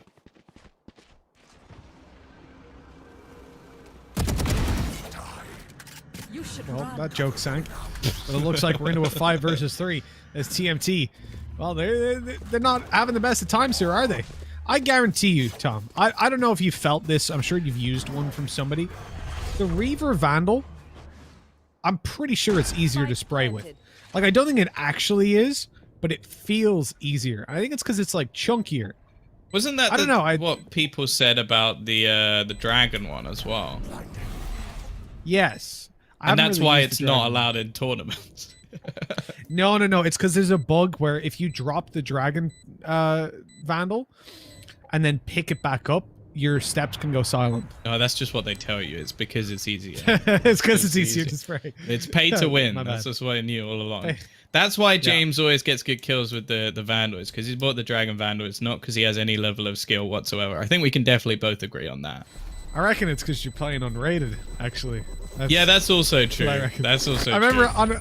on the last broadcast we did, he was like, well, Mitch, I don't know if you've... Because I insulted him for being old. And he was like, well, Last round actually, if you go on my before the Twitch, you'll see my ace I had. And I was like, what rank was that at, James? Was that Immortal, was it? No. Oh, unrated. Oh, okay. It was an unrated ace. All right, okay, cool. Just to be clear. That goes there. I will, however, make the disclaimer that if he ever challenges me to either a fight in real life or any fighting game, that I will admit he will probably beat me at. Oh, yeah. 100%. Double operator on the attack. Oh! A single operator on the attack. That didn't last long at all. I didn't even see where he died from. That shot was so fast. And you can see on the other side of things, it's going to be a repeat. This is what we love to see from PBD. Getting very, very aggressive with this op. And as I said, I sort of said it the first time he picked it up. I was like, this is where the dynamic of the game completely changes. Man, that was a start of the round jump peak on top of the boxes, and PBD just flicked up and took him down. That's stupidly good. And then they, like, somehow Super Domineering's decision was, I'll peek him. Like, no, you're gonna die. It's the Luckily, big PP play. That's what it was. Hey, here we go. Okay, recon going through, so they'll have at least a little bit of info. 1 tag, 2 tags. They're seeing the players. Can't really do anything because they're stunned, but here we go. Swinging wide, swinging hard, and taking the trades. Here comes PBD to finish it off in fitting fashion, finding his 3rd kill of the round, wasting his ultimate, because of course, Switching it is the sides. end of the half. 8-4 as we finish things over here, and TMT, they are looking damn good coming onto their attack. Yeah, I'm still not going to count out Super Domineering, though. As I said, earlier in the day, their offense was awful.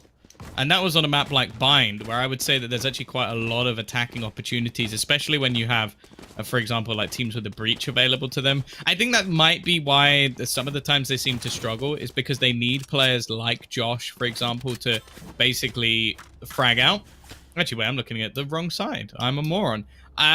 On the other side, I mean. Like, so if you're looking at their defense, we saw Amen, Holler, and of course Float combined very nicely on the defense. When it came to their offense, even on this map, we've seen Amen really struggle. And I think that's the thing. Like, he is almost setting people up, and it doesn't seem like a lot of the time anybody's finding those opening kills.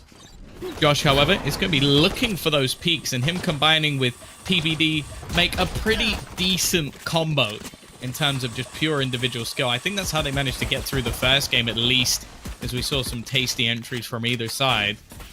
Now, though, an after-plant position with the whole B site under their control. There hasn't been much resistance whatsoever, just a little bit of damage done onto Josh.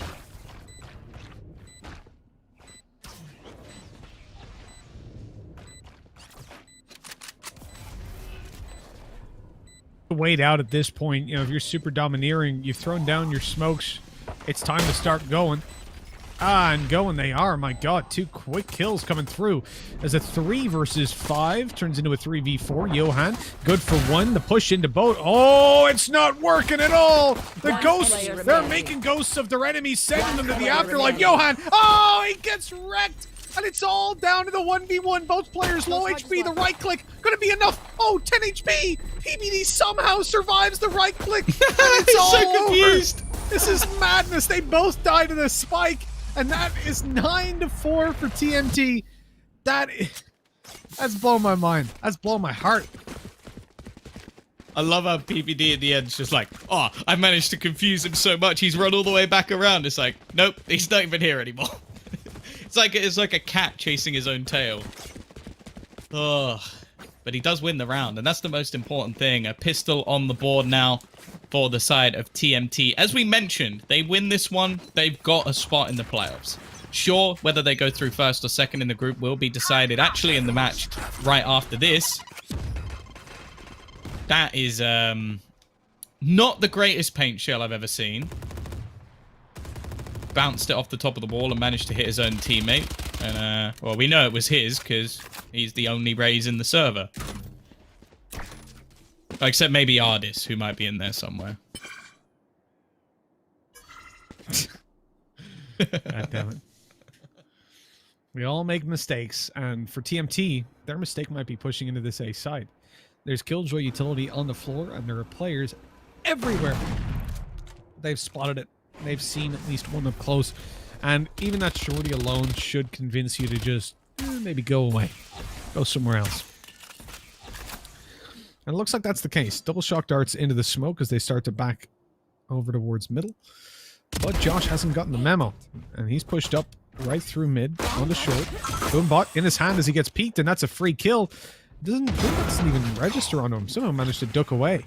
That weapon will be retrieved eventually, but for now they've managed to deny the early retrieval, making it much slower to go back out on mid because there could be a player close.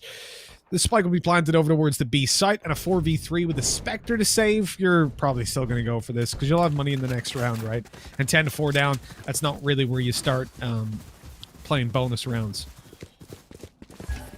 Yeah, the keeping a Spectre here would be a serious oversight if they were going to do that. It would almost be like 2 guys sitting in mid of this very map with some shorties and saving them into the next round. You'd consider that incredibly stupid.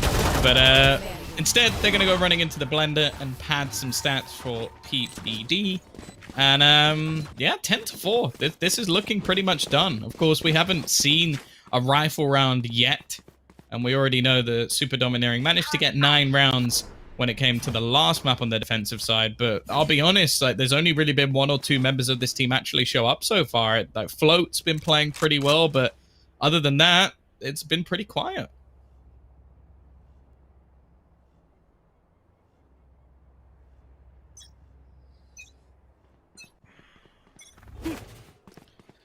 Super Domineering, man. They're living up to their name in reverse. They're being super domineered.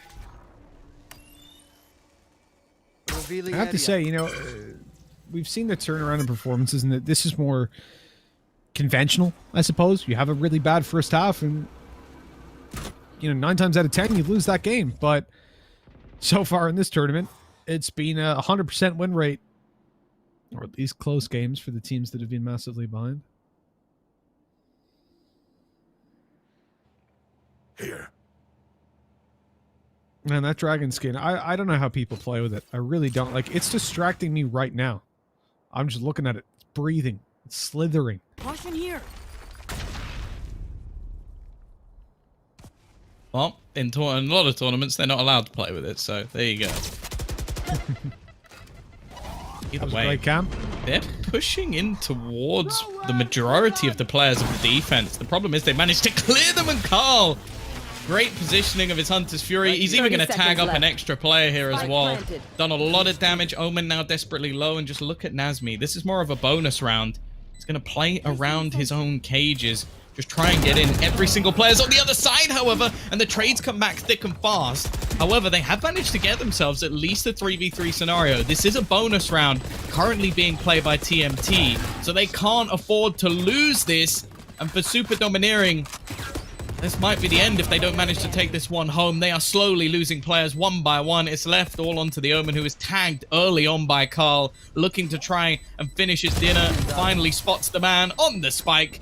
And he will be there for a triple with the Ares. 11-4, this is looking like it's done, as the bonus round victory leaves the defense with pistols going into what will be likely a 12-4 scoreline.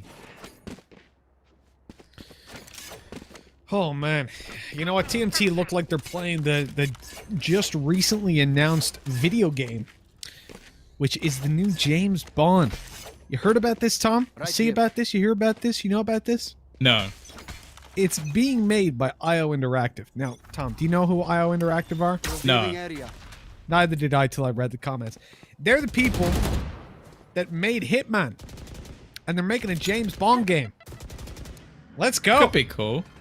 That's going to be awesome, dude. You played the recent Hitman? They're sick. I think Really, I played, really good. Is it 2? That's not the most recent one, is it? I think the most recent one's just called Hitman. Oh. Either way, they're really good. Really good single-player games. I love them. So I think that's going to be really cool.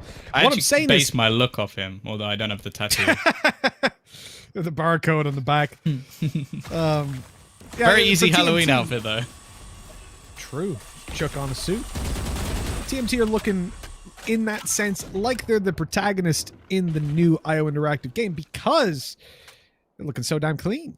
They're looking like they're spies infiltrating bomb sites, getting in there without anybody knowing, and anyone that gets in their way, they get tippity tapped on the forehead. I think for Super Domineering, there's a lot of work to be done, and we estimated that after the first game.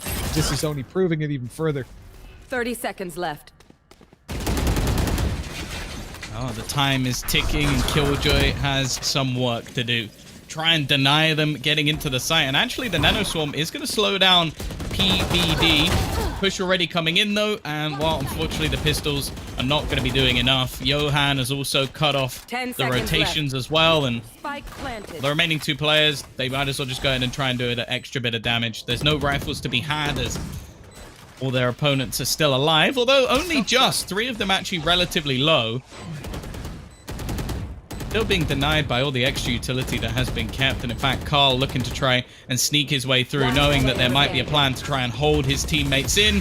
And eventually he falls, but that will be all. 12-4. This is dominant from TMT. And as Match said, for a point. team that at least you and I didn't know too much about going into this tournament, they have definitely impressed. They most definitely have, Tom. I think for TMT, I didn't expect this level of performance from a team that I knew nothing about. You know, none of these players were on my radar. For some reason, I feel like I've seen PBD before, but I'm almost certain I haven't. It's like a deja vu. But the reality is, maybe it's deja vu of PTC, the East Asian Counter-Strike players. But for me, anyways, TMT have been huge. Whoa, you're dead. No, he's not. 50 HP. They have changed those nano swarms, and I'm still getting used to it. But look at this, PBD's already up in spawn. He grabs himself a kill. Here's the boost by Josh. I love that so much, but he's going to be caught. Luckily, he can tuck into the corner, and his teammate's now covering for any push. This is where you don't want to get greedy and just rush on in to try and get that kill, because you would just be sprayed down by the 3 players over towards the wine cellar. Luckily, though, while they're sat over there having their spaghetti, it's going to be a little bit of an opportunity for Super Domineering to regain control over this site. And also, Tom, I still can't believe you thought this was in London. This is quite What do you mean? clearly I always knew it was in Venice. Oh, yeah, okay. You definitely didn't say to me yesterday this was based in London, because we were playing on a London server. I don't know what you're talking about. I'm not even in London, so why would I get a London server? That doesn't make any sense, Mitchell. 30 seconds Stop left. making up rumors. I was so confused. I always What do you get my mean? What's gelato in London anyway. But either way, it is going to be Armen Holler looking to try and hold. He's got 3 teammates alongside him. The fault line might deny at least a little bit, but the plant is still going to be going down. 10 seconds Aftershock tries to push it back, and in fact, they have slowed the plant, keeping it going for now. The spam through does a little bit of damage, but Johan, in the meantime, gets rid of float. The flank is perfect from Beer, and now it's left all onto your man, Carl, and this time, there's no Odin clutch to be had. It will be a 12-5 scoreline. Slow grind back from Super Domineering, but they have got a long, long road ahead of them. That they do, Tom Bizzle. That they do. Tom Busy Biz, the tech whiz. That's what they call you. They definitely don't. I'm pretty sure I fixed my tech issues earlier by unplugging and plugging back in a camera that had no Exactly. relation to the program I was using. So Exactly. So you are a tech whiz. I don't even know how that works, but you did. You knew to do it. That's what I'm talking about. Call the Tom Busy Biz Tech Whiz support line. oh yeah, 1-800 0800 00 1066. There you go. There you go. This is Don't call looking a that little number. bit scary. I think this is... yeah, please don't. I think this one's looking done and dusted. Peeking One in player towards the Raze, who remaining. has ult up. I like the confidence, and it's working out. 1 versus 3. And I'm eating my words. Low HP as well in this jet, and I think the round should be over. Crossing over to the site versus a Killjoy, who's a little bit distracted. Caught out of position. Oh, he's dead to the turret. No! I died to the turret. Well, when you're that low HP, I suppose it's bound to happen. Yeah, Float's actually been playing pretty well, though. That was his aggression that basically turned the round on its head, and even his turret there to close the deal. 16-14 for him. The rest of the team, well, backing quite far behind at this stage. Still, as said, like, you can definitely see these big defensive halves, and we've already been proven from the earlier match that Super Domineering can get these streaks going. I guess at this point as well, they don't have too much to lose, but this is ridiculously aggressive coming out from Beer. He's surely screwed here. The smokes are going to fade, but luckily his teammate in the form of PP has been able to find a pick elsewhere. And with their aggression coming through initially onto A, we try and see a response from the side of TMT, and it involves a quick push in. The Raze available. Johan goes wide swinging, and 1 by 1 they seem to be falling. It's left onto 2 players, plenty of time, but the resources aren't quite there.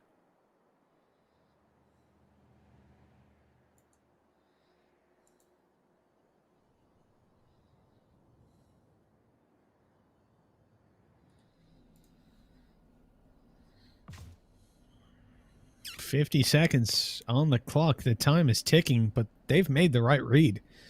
Moving in towards the A site, it's completely open. No utility in sight, and so a plant goes down. And the round just might swing into their favor over on TMT. And if that happens, then this will left. be the final round of the game. PBD goes out. If he does, it'll be a Spike shame. planted. The timing's going to be all that matters on this one. He gets one, but the dash not good enough to get away. The wall bang comes into play. Carl got it all to do. He's not got one or two. It's three to take on down. They have no idea where he is. He misses the flick up, though. And so we do go 12-7. Yeah, there was a small moment there where I see him getting a quick double, but realistically, it was a well-played round once again coming out from Super Domineering, and it really involved aggression. That seems to be their response. If we can't play things on the defensive side of it, just get aggressive, take fights, that go pushing, try and utilize some of the ultimates that they've had. Once again, just look at the side of TMT, though. Hunter's Fury, From the Shadows, Blade Storm, a Neural Theft. The only thing missing is the Showstopper. But realistically, you have to feel like there's quite a lot they can do with this. In fact, it gives them a buy. The Blade Storm going to be utilized just to make sure that weaponry can actually go on to the remaining players of the team. Can't really count them out of this round, and of course with the way the money system works, once you lose a few in a row, you're pretty much getting buys at a minimum every other round. But with the spike plant, a couple of kills here and there, make sure the pressure stays on pretty much the whole time.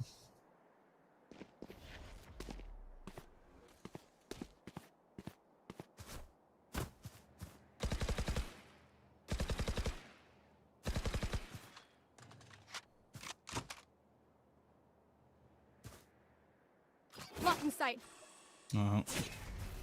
Gonna have I got the spike. play coming into mid. A lot of pressure being putting around that angle, and in the meantime, the A site has almost been abandoned by the defense. Only the Omen available to try and hold on, as they do look to try and push through the dark cover, maybe expecting this area to be abandoned. The alarm bot, though, gives away that there are players here. Bia goes wide swinging, but it's actually Josh to find the kill. The Blade Storm missing completely, and they've still got two players to try and find on this site. Bear in mind as well, there is a breach rotating, but PPD, he didn't do anything with the Blade Storm, but he has found a kill elsewhere. The man at the back of the site starting to come under some real pressure here, but with the Jet so low, they leave it to Josh to try and clean things up. 15 seconds as we do see the paint shields put into the back, and it will be Carl to close it. It is a 13-7 in favor of TMT. They put themselves, I believe, to the top of the group as well with their current round difference. And well, now we get to see what will be basically the decider for first place in the group, as well, both the other teams are out. Yeah, indeed. Only one word in Super Domineering, who will be playing each other as the last game of the day, are both confirmed out. Now it's down to Overtime versus TMT Esports. These two teams battling it out to see who's going to get the better seed going into playoffs, which is a big deal. You don't want to be playing AHQ. You don't want to be playing Attack All Round or Myth Attitude. Hell, SMG likely to make it through down in Group C as well. That's not going to be easy. Whoever faces off against Group C is in for a tough time. So getting this top spot is definitely going to be worth your while. And with TMT and Overtime both having close games the whole way along, it is anyone's game to claim. But here, it was TMT's game. And I have to say, overall, they deserved it. Like, that is the most one-sided game that we've seen so far, which doesn't say much. Before that, it was a 13-10. And for TMT, we're seeing them as a solid team. The only concern I have from them, Tom, they looked so good on Ascent, but on Haven, we know they're trash. So then that kind of puts some questions in my mind when it comes to BO3 time. It doesn't look too good. Let's take a look at the stats that we have from that game, though, and see just how badly they just got dominated. Yeah, I think the stats pretty much say it all. The interesting thing is that Float actually still managed to top the board. I mentioned him having a fair amount of impact, but to finish as the top fragger in the entire server and lose 13-7, that's a pretty rough day at the office. Of course, Carl, he had a few impact moments, but he was down there where the Sova Odin combination belongs. And, well, if anything, I was more impressed by some of the other players. I think PBD has continued to impress us throughout the tournament so far, but it was Nazmi with his retakes. I think he was very impressive with not only the way that he's hitting his shots, which is always good, but with how he utilizes his different utility, like the tripwires he had, also the cams that he would spam through the smoke to try and find players as they go on a retake. I think he played very, very well. And, well, even just looking at Josh, like, you consider the amount of opening picks that if you remove him would have been fairly even. He actually gets 6 on his own, which I think is as many as everyone else on his team combined. So definitely doing the damage. Of course, unfortunately for Float, we are going to see him up there as the MVP, even though they didn't manage to actually win the map, which, yeah, that's definitely not ideal. And of course, as mentioned, Josh doing very, very well with his openers. And it's odd, right, to see a Killjoy even up towards the top, but you can see the damage this guy was able to do. Average combat score, not surprising to be that high, considering over towards that A site, it was just being locked out completely by the Killjoy utility when it came down to the defensive side. But in the end, even that couldn't stop them from completely rolling over on the TMT side with a 13-7 under their belt, including a pistol round loss. That is the game. The spot in the playoffs, as we said, and now they have very little to worry about. As we said, the worst case scenario is that they get some tougher seeding, which is still a pretty bad scenario, to be honest. Now, the reality is, for Group A, I think traditionally it'll be the Group D that they play, right? That's how a lot of these go, is Group A versus D, Group B versus C. But that means that, you know, if they are going up against D, it's attack all round, or a team that are, at least at an eye test, far worse. So this next game is really important for whichever team manages to win it, to secure themselves an easier road to make it through to the top 4 spot, where they can get their prize money and, most importantly, their AOC monitors, so they can up their game and manage to find themselves a victory next time around.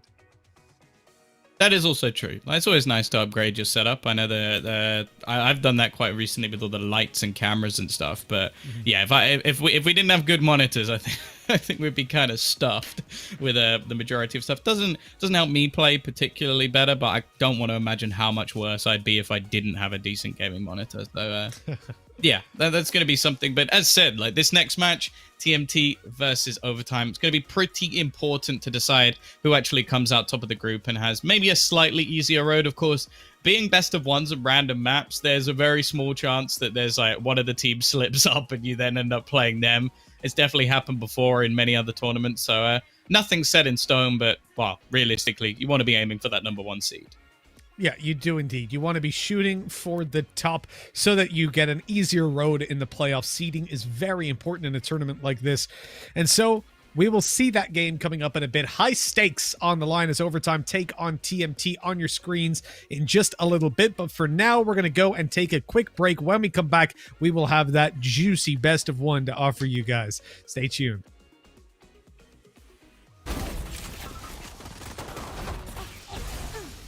30 seconds left. One player remaining.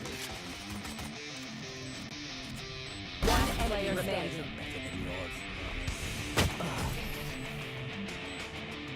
One player remaining.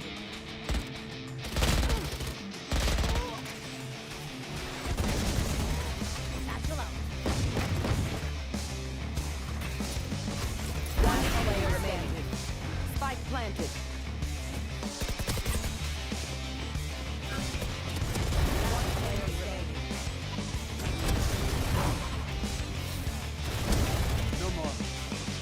Seconds left.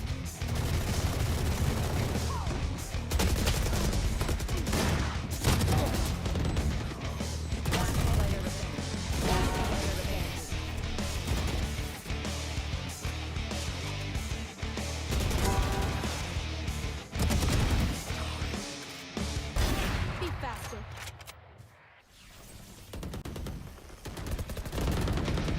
One player remaining.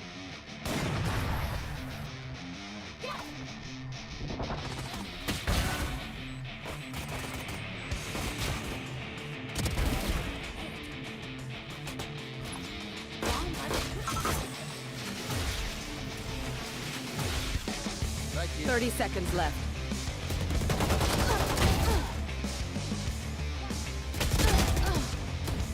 Spike planted. One player remaining. One player remaining. Blocking sight.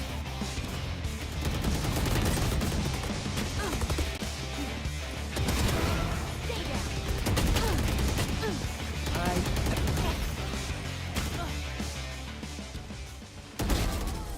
No one escapes my sight. Attackers win.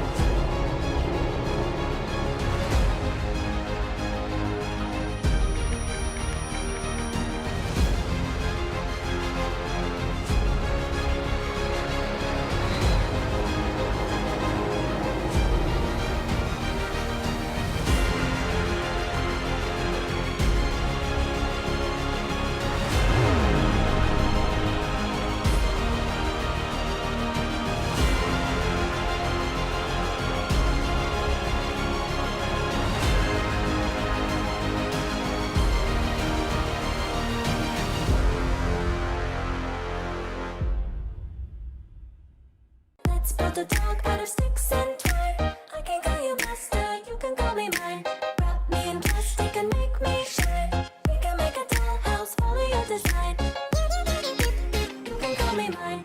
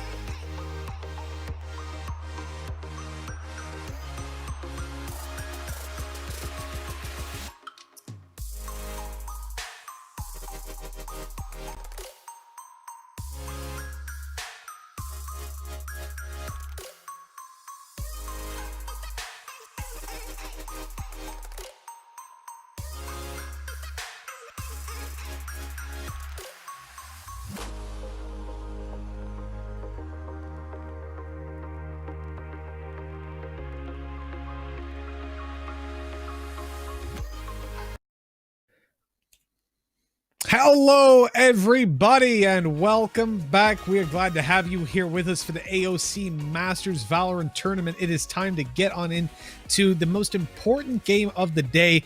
I said that last time, and it was because it allowed Overtime and TMT to be the teams that make it through to the playoffs. But now, it's even more important because we find out which of these two teams is going to be taking that top spot in the group, guaranteeing themselves an easier matchup in the first round of the playoffs. My name is Mitch. With me is Tom, and we are ready to roll.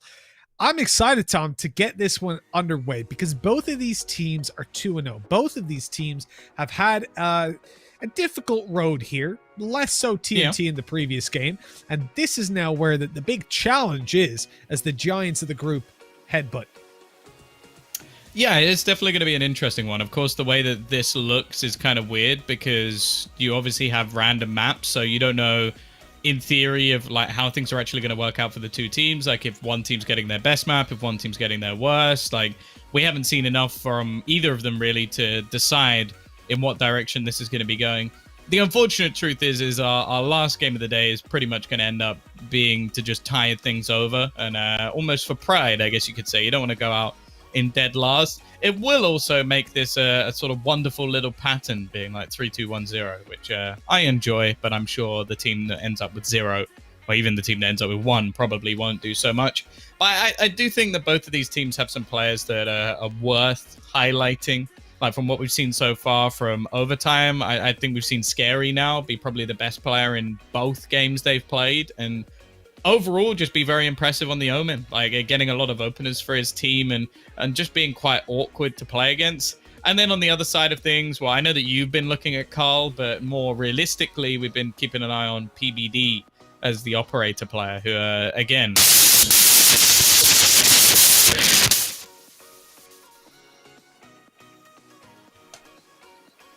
Well, Tom, I believe you're absolutely murdering people's ears. That's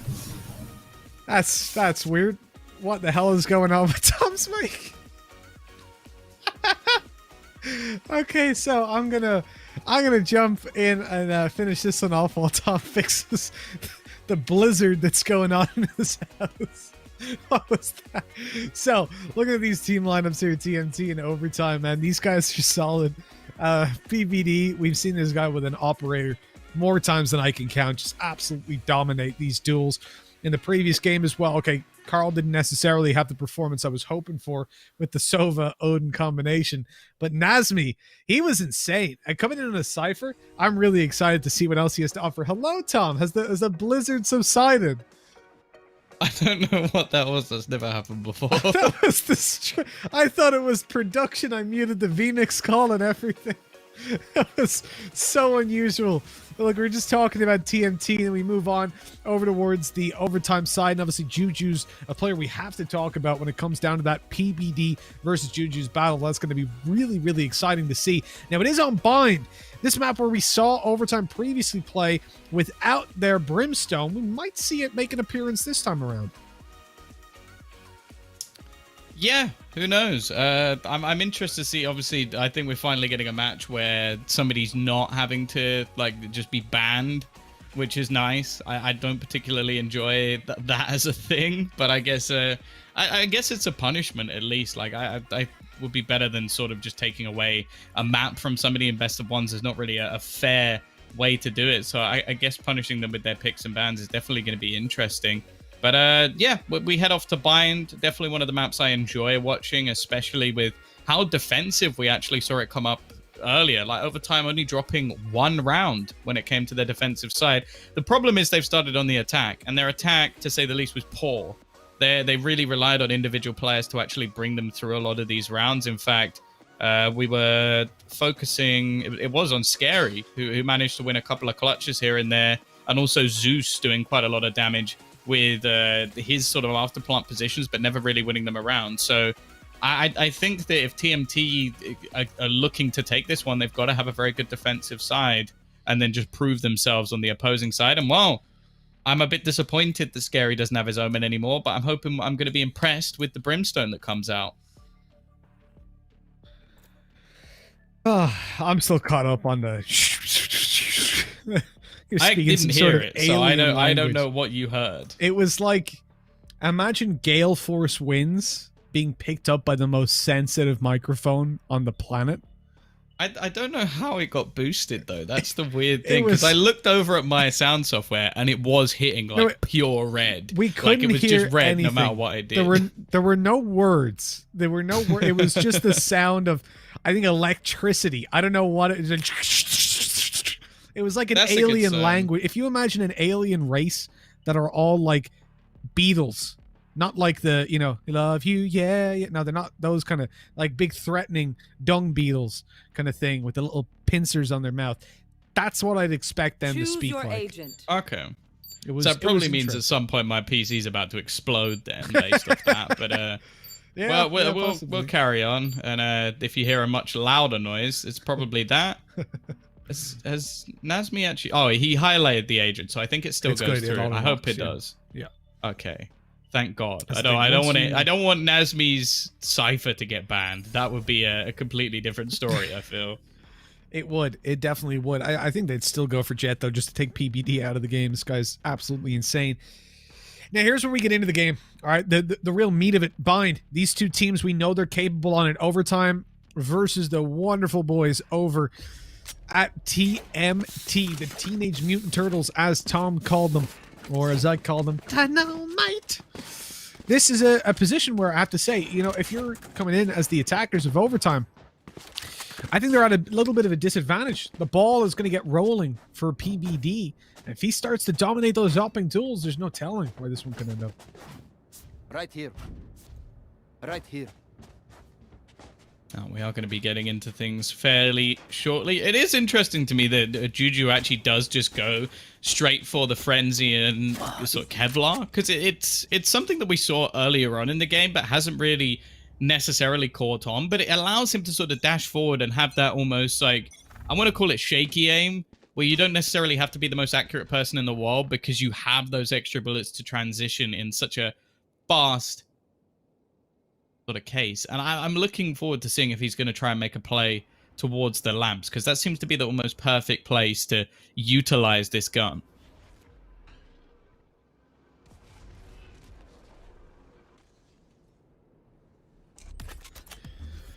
Well, the one-way smoke goes down on mid. I mean, this is going to keep them back over towards the attacking side until those smokes come in, completely blocking off the angles you normally have to worry about as they push on through and clear it out completely. The TMT early four-man stack on B has not paid off. They now have to go for a Spike retake, and planted. positions being held. So the problem with this is, right, you got that close play on Cypher. He needs the trade from Juju's, but then the support has to be there from Zeus. But he gets blocked out by a cage. This is so well handled by TMT. Every aspect of this retake thought about, and they are shredding them. There were, I wouldn't say there were crossfires, but there were potentially crossfires. The problem was, in order for the player Lamps to help the player close, they needed the player in Bath to swing out and hold heaven. But he couldn't do that once the cage went down, and so you end up in this position where they're staggered on the push through to help each other out. So it's basically like three versus one fights that just never go their way. I think there are a few things, though, that when it comes to this offense of Overtime, that even now that they've got their Brimstone in play, I really don't like. And that's the fact that, for example, let's take the Sova. I think this is the main problem. Zeus is playing super passively. Like, he basically sits back for afterplants. Fair enough. But why do the rest of the team then go aggressive? Like, that doesn't seem like a smart play to have one player basically just almost baiting for afterplants to try and play the time, and then the rest of the team are almost fighting as far forward as you could be. It just doesn't make much sense to me. I'd rather see you do the same thing as a team and not just basically rely on Zeus to clutch you out of afterplants. And that was the main problem in the last map. I was hoping that would be fixed now that they have their proper controller in play in the form of Brimstone. But it didn't seem to make much of a difference. They still just struggled in their afterplants and lost the retake.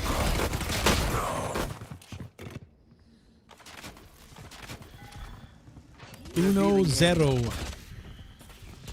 In position now where Overtime Spike planted. are, look at their HP. Look at how low these guys are. I mean, with Spectres in hand, with Phantoms, this should be so easy to clean up. They're being kept back. The time is going to be their enemy. They go into the 3v3. Tap coming in from PBD. Just going to get it halfway. He's covered by his teammates. Everybody else is low now. All they have to do is win out these duels, and he full stuck it to get that win. Look, Carl was there to support either way, so that was never going to go to overtime. As 2-0 comes on the board, again, you know, they don't win the round, but you have to say the fact that they managed to take 3 kills, I think speaks to very positively for what they're capable of doing. Yeah, for sure. I'd agree with that, especially as now there's not going to really be a bonus round scenario. So you're going to get investments on almost every single player on the defense. There's no operator coming in just yet from PBD as well. So yeah, they got a real chance to put the pain on early, and that was one of the main things they struggled on. Bear in mind, they won last time they played Bind, and they only got 3 rounds on the attacking side. So anything too much more of that, and we could be seeing overtime doing very well. Of course, that was against Super Domineering, who just got battered. So it's kind of a case of looking at it and going, do we really consider this to be like a game where they're going to be doing as well on the defensive side?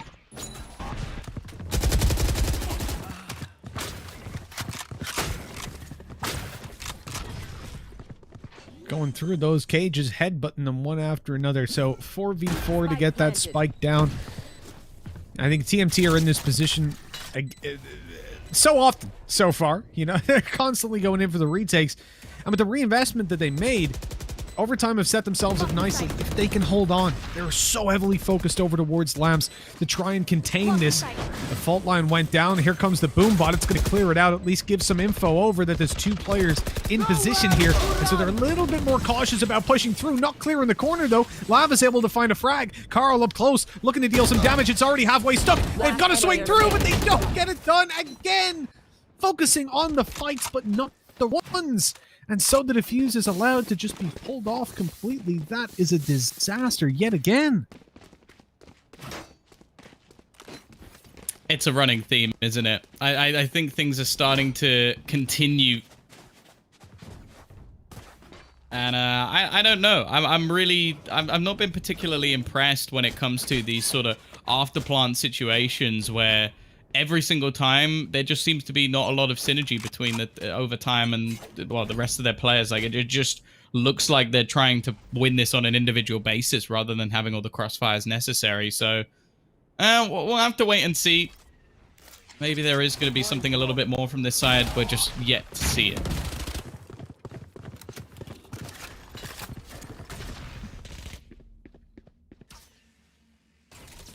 You're not wrong there. You're not wrong. Maybe there's some extra levels. I do like those shock darts. I think they're being fired a little bit too low. So they're not bouncing down properly for the back of the site, but good intention behind them to hit over towards the default.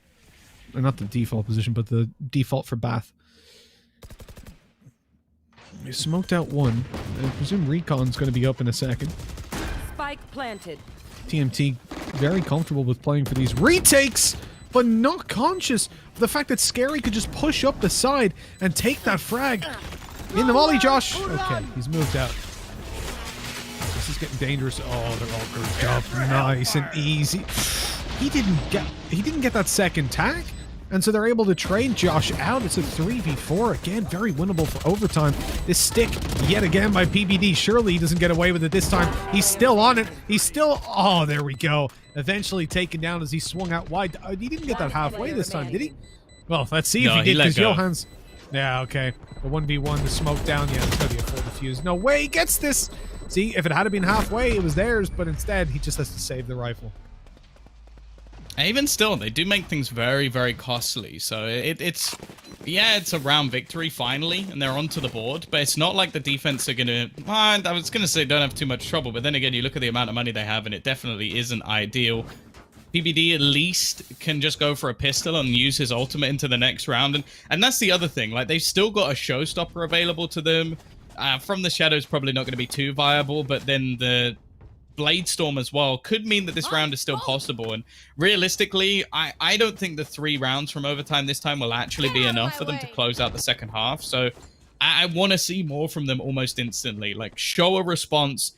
Yes, you lost a lot of players in the last round, but can you now break back and actually do some real damage here to the economy of the defense?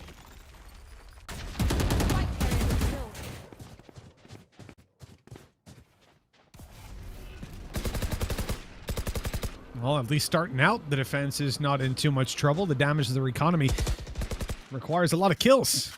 As if yet, overtime aren't finding any. That swing out by Juju's a good attempt, but not quite landing the shots. He wasn't ready for two players to be waiting on the other side.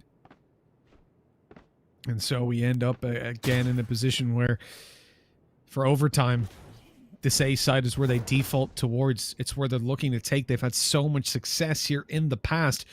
But with the man disadvantages, and now the three-man stack towards the site, no passive hold, so they're not playing for retake. This could be a very different scenario. Good shot by Nasmi. He's out for more, but not getting it done. PBD with the ult pop, though, back at the site. He's going to be spotted in a second, has to maneuver around, and he drops the spike, leaving it down to just Sova to pull this off. And what a headshot onto Zeus. A quick flick and a quick round, 4-1 for TMT. Yeah, and I think we're starting to see a few other players sort of step up to the plate now for TMT as well. Josh with a decent opener. He had Carl alongside him as well to get himself an extra pick. And realistically, on the other side of things, they're still struggling when it comes to their offensive side. Like, that was a round where, as mentioned, they had Nasmi with basically nothing. You had PBD, who only had his knives, which, of course, can still be pretty viable, but realistically, we needed to see more from them there. 4-1. TMT continued to grind out a further lead, and I'll be interested to see what sort of weaponry there actually is on the side of overtime at this point, because although they did just lose a round straight back, they might have had a little bit of extra cash, but you have to bear in mind they did lose every single player in the round that they actually managed to win. Oh, my camera is destroyed. This is where the damage can be done, but it doesn't look like it's going to happen. You know, when you've got that ultimate up close, you expect that maybe you'll be able to at least get away with the kill and pick a rifle for the team, but instead, it is a 5th round quickly taken. Now, there were ultimates expended, at least one, the showstopper, but it's of little consequence, really. I think you have to sit back and look at it from a very objective position. Overtime are being wrecked. They need to get on the board, and they need to do it soon. And now with the ultis in play, obviously they've already popped Juju's in the previous round, but Scary has almost got his. Now, we mentioned about him playing Brimstone, obviously. It was something that we'd seen banned out before. We've seen the return to it, but he's not looking comfortable, as we would have hoped.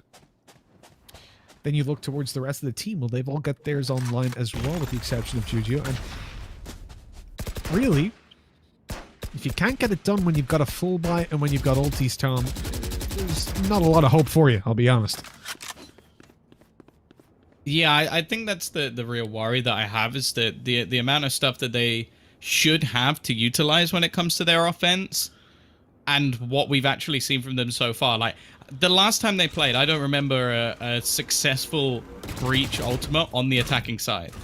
Which, that's one of the main purposes of having the breach, is to help you open up rounds. Now, the flash this time is going to go down. The full smoke execute from the sky has helped them out. And this time, Juju has managed to get another opener.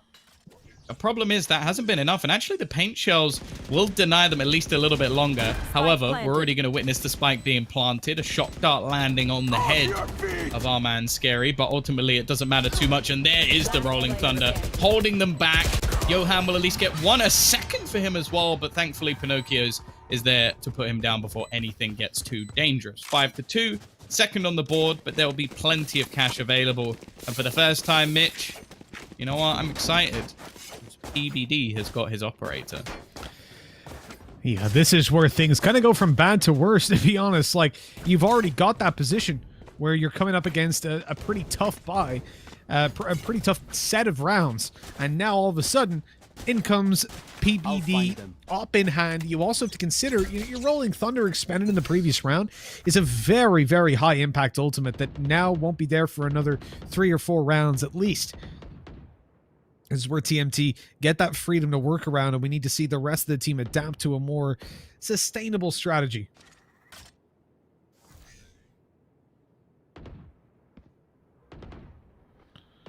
We go. This is the aggression we've seen from him so far. More passive default coming in from overtime. Almost just waiting, maybe expecting him to get this aggressive. Of course, they have had the time to watch the matches of their opponent while they've been ongoing. That's how the best of ones work. You can't be playing at the same time, so giving them the chance to maybe get a little prep in. Now, there are still 3 ultimates available for the attacking side. Potentially going to use one of them here. The push coming in. PBD is so blind. He can't see anything. He's going to be overwhelmed. In fact, ends up walking into the crosshair of Pinocchio's. Great use of the flashes as they enter into the site. And it looks like A is there, or A is theirs once again.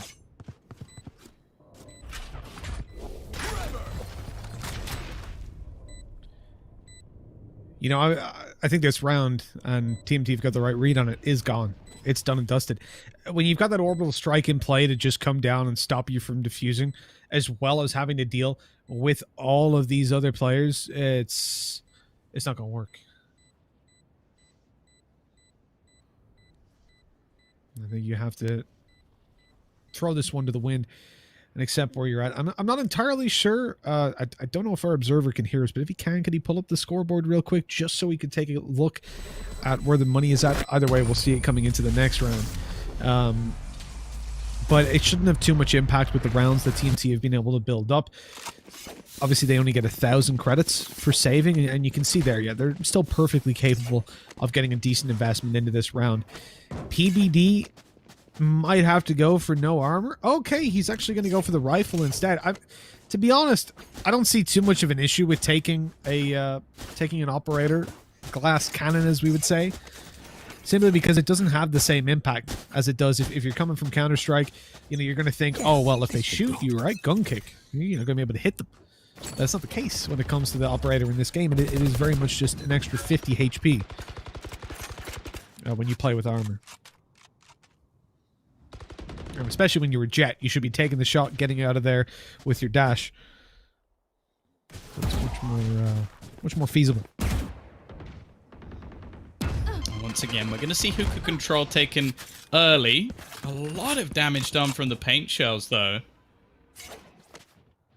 Again, we see how effective they can be. That must have gone through the teleporter, right? Because he's very, very far away. I assume he threw them through early and they managed to do that much damage. That's slightly ridiculous, actually. And in the meantime, with 3 players already over on this A side, looks like it's going to be a long play. Now, so far, it's only really been the A side that has been successful when it comes to these takes. Orbital strike will clear out the back of the site, but the second is clear, you just see the push through. Josh is just like, all right, well, they're not going to expect anybody there. That tripwire as well is absolutely perfect. Left Pinocchio's without a chance in hell, and they are getting slaughtered as they walked into the site. Another ultimate expended with the Hunter's Fury, looking to put the nail in the coffin. With Lava now left, trying to win the 1 versus 5. He will fall after 2. And so they pick up a round or 2, and then it falls back into the hands of TMT. The momentum never really shifting sides all too convincingly. Or too permanently. Again, when you take a look at how overtime are approaching this, I do feel like there's going to be a bit of a difference. Juju's defensive side operator can get in there a little bit more frequently. And in fact, PBD is not having nearly the impact that you would normally associate with it. Now, obviously, he's got the op in hand himself. And you can see that very aggressive play that we know a lot of operators like to take. That Brimstone in trouble, but the shot is going to be missed, and PBD bails back towards the A side. Now, they have a very aggressive stance towards toilets as well, actually keeping Sova trapped towards the right side. His chances to fall back are there, but pushing forward would be a little bit too dangerous. That's a good shock dart. Double bounce so that it lands over, and the second hits Johan as well. That's gotta hurt. And a perfect prediction on the movement pattern that was going to be in play after that smoke, that they would use it to try to cross back over towards that opposite side of Bath. Now overtime, you can see their focus. They've made noise in Bath. They've made noise on mid, and then they've rotated over towards the B site with just Sova left to sell the distraction and keep the 3-man stack towards the A site. Now they're in a position to push out and find a normal B defense, but a more passive one. And so with smokes and Molotovs, they find their way through to the site.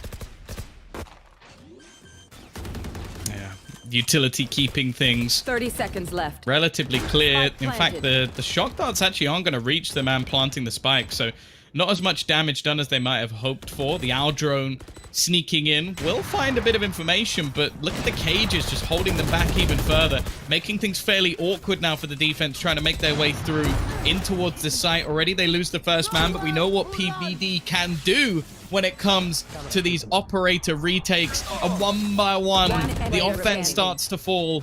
Johan already picking off lava, and now there's only one man standing, waiting back in the dark cover. Already the diffuser's coming in. In fact, Carl has to try and take the bullet for his teammate with Zeus again. It always seems to be the case, just lurking out towards those long halls. Unfortunately, he's not going to get anything done. And actually, the offense's money is not great. Yeah, it's not fantastic, and I think with 3 rounds on the board, it's not enough. They need to push to 5. They've got to get it all the way. And the real issue, Tom, when you take a look at where the rounds are at, you take a look at where not just the economy as you speak of it, but the ult economy. Get out of my way. It is firmly towards the defensive side. They have got a lot to work with, and we hear the ult popped. I'm presuming that is Juju, the attacking side jet that has popped it.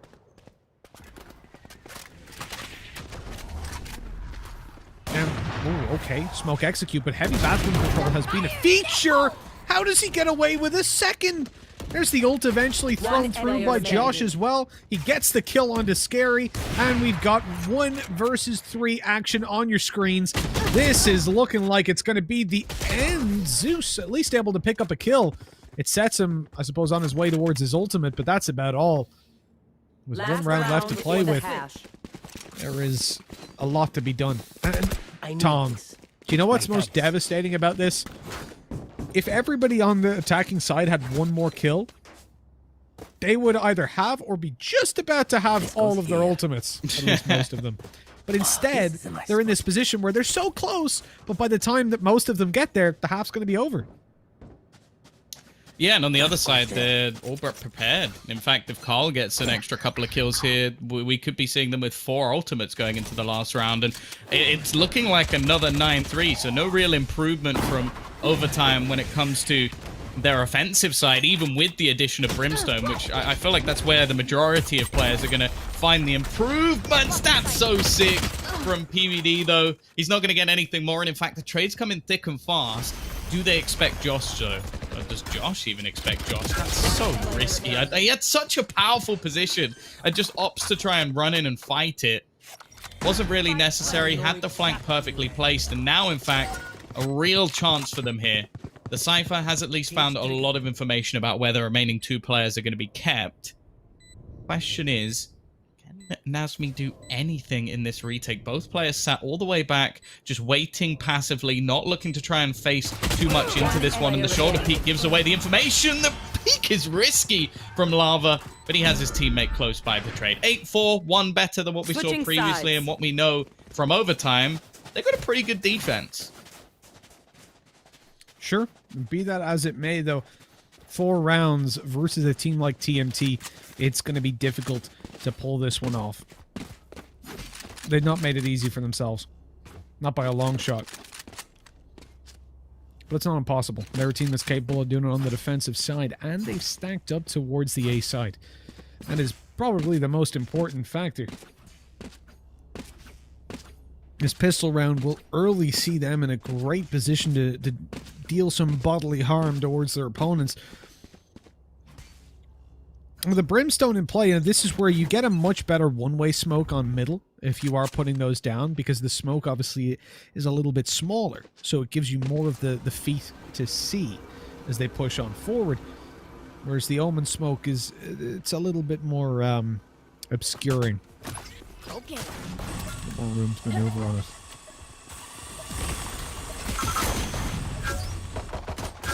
Oh, Josh gained quite a bit of information. PBD, in the meantime, has just gone running in towards the site, and the play through the bathrooms. Oh, okay.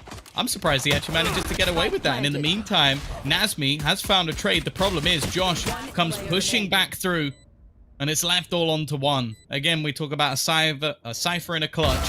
It's on the defense once again. Nice shot from Lava. That will gain him the first. And with one player so desperately low, the crossfires aren't going to be ideal here, but he's not going to connect it. Carl closes it 9-4.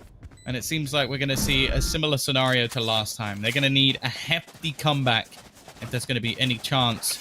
And I'll be honest, Mitch, like, I want to sit here and say that I think TMT are a much better team than what we saw from Super Domineering. So realistically, the comeback shouldn't really be possible. Oh, yeah.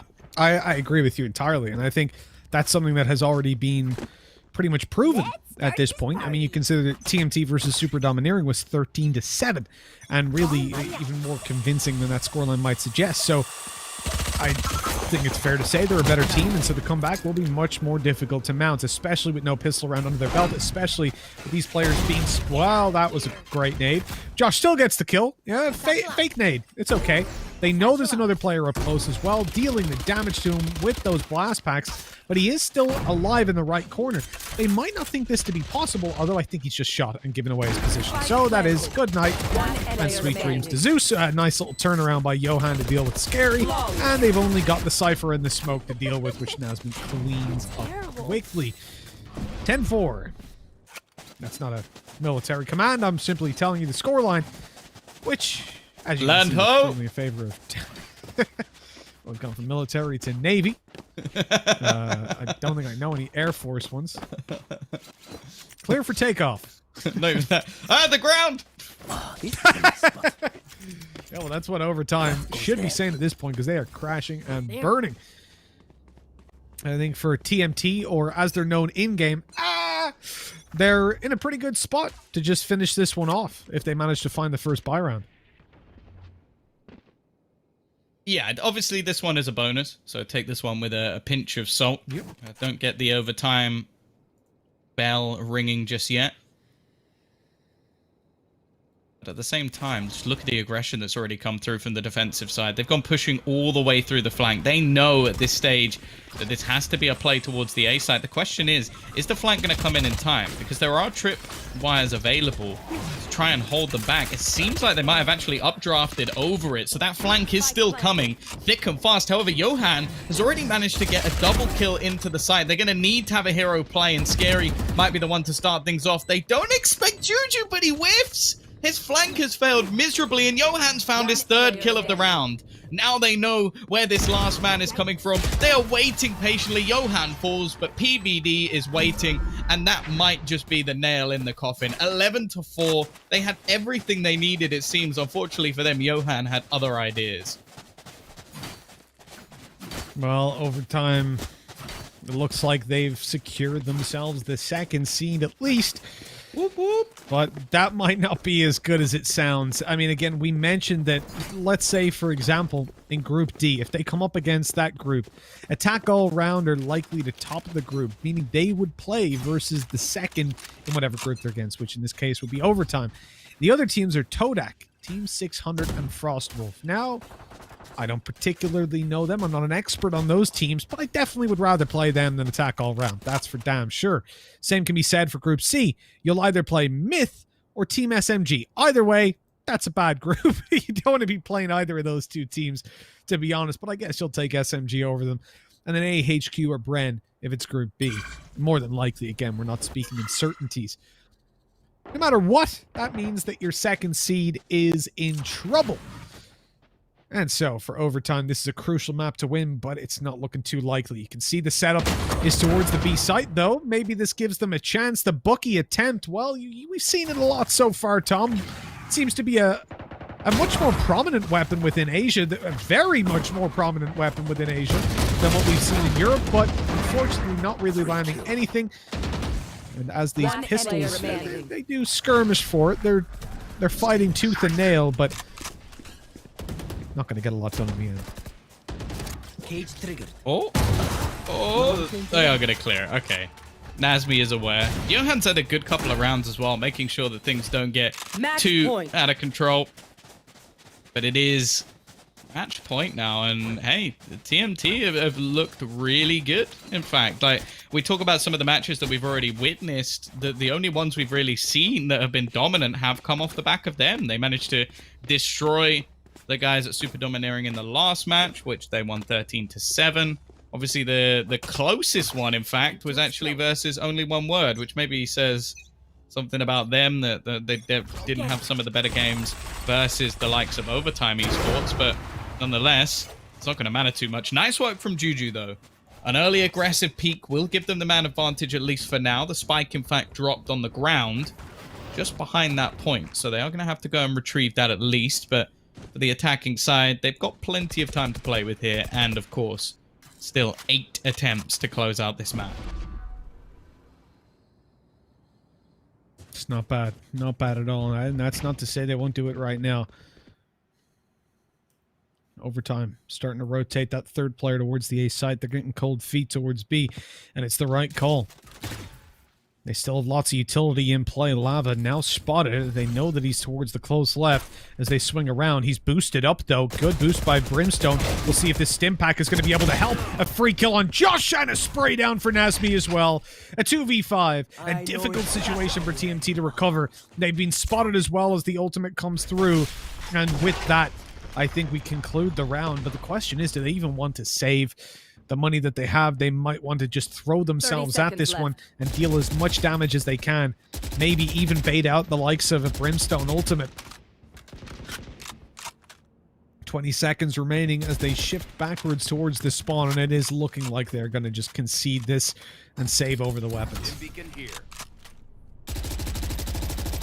10 seconds Yeah, keep the finances strong. Not really take too much of a risk in this case. You don't need to be like throwing weapons into the ground just for no reason at all. And well, if you look at the amount of utility, the ultimates that are going to be building up as well for the attacking side. In fact, they've got 4 out of 5 here. So realistically, just a cheese round could be enough for them to close out this match. And as you can see, plenty of money available. Interestingly, we do see PBD not buying the operator much when it comes to the attacking side, which is something I actually enjoy. I think there's always that stigma when you are a jet player that you should be playing the operator all the time, and I don't agree with that. I think on the attack it kind of sucks at this point.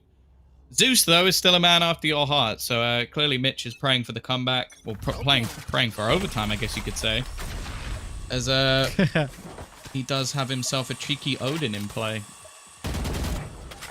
I'm never a man to deny the Odin gameplay.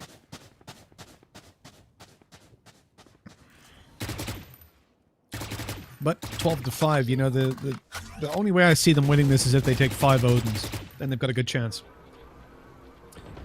I'm available for coaching. I'm guessing at a very cheap price.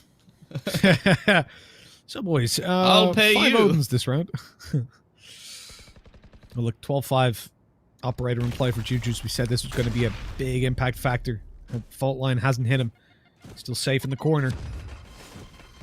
With the ultis, though, there's so many to play with on that attacking side.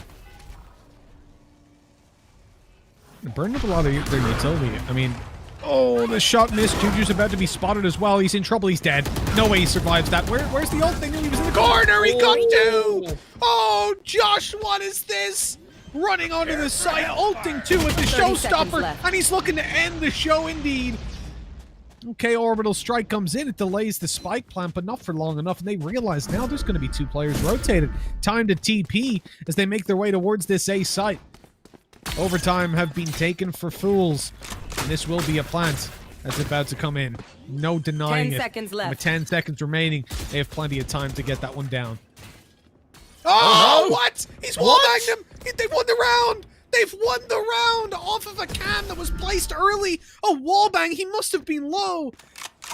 That is insane from overtime. What?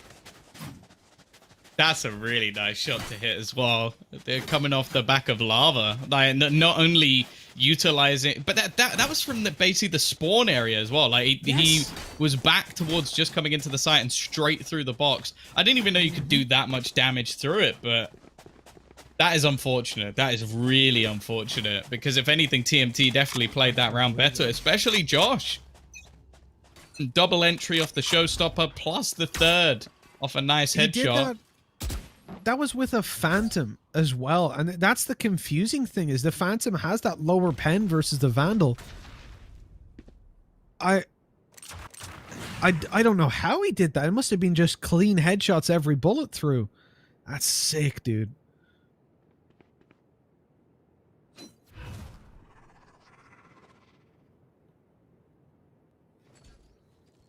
It's given them a lifeline, that's for sure. Still 6 rounds in a row needed for overtime to bring this one back. Of course, both teams are through, but it's more for the seeding. Where do you place in the groups? Lava again. Going to be holding back. He spotted the push and already a rotation coming in for the rest of the teammates. Can he find anything through this dark cover? No, he's waiting patiently. In fact, it's scary to find the kill.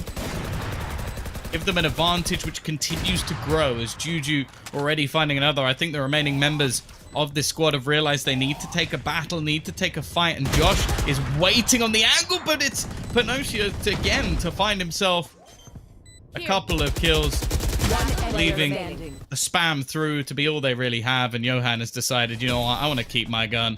A flawless round for the defense, 5 now needed for them to turn the tide, and some extra money gained from the plant, but it's still going to be enough, actually. They've been keeping their money decent enough that it doesn't matter. Man, this is not good for my blood pressure. Oh god. There.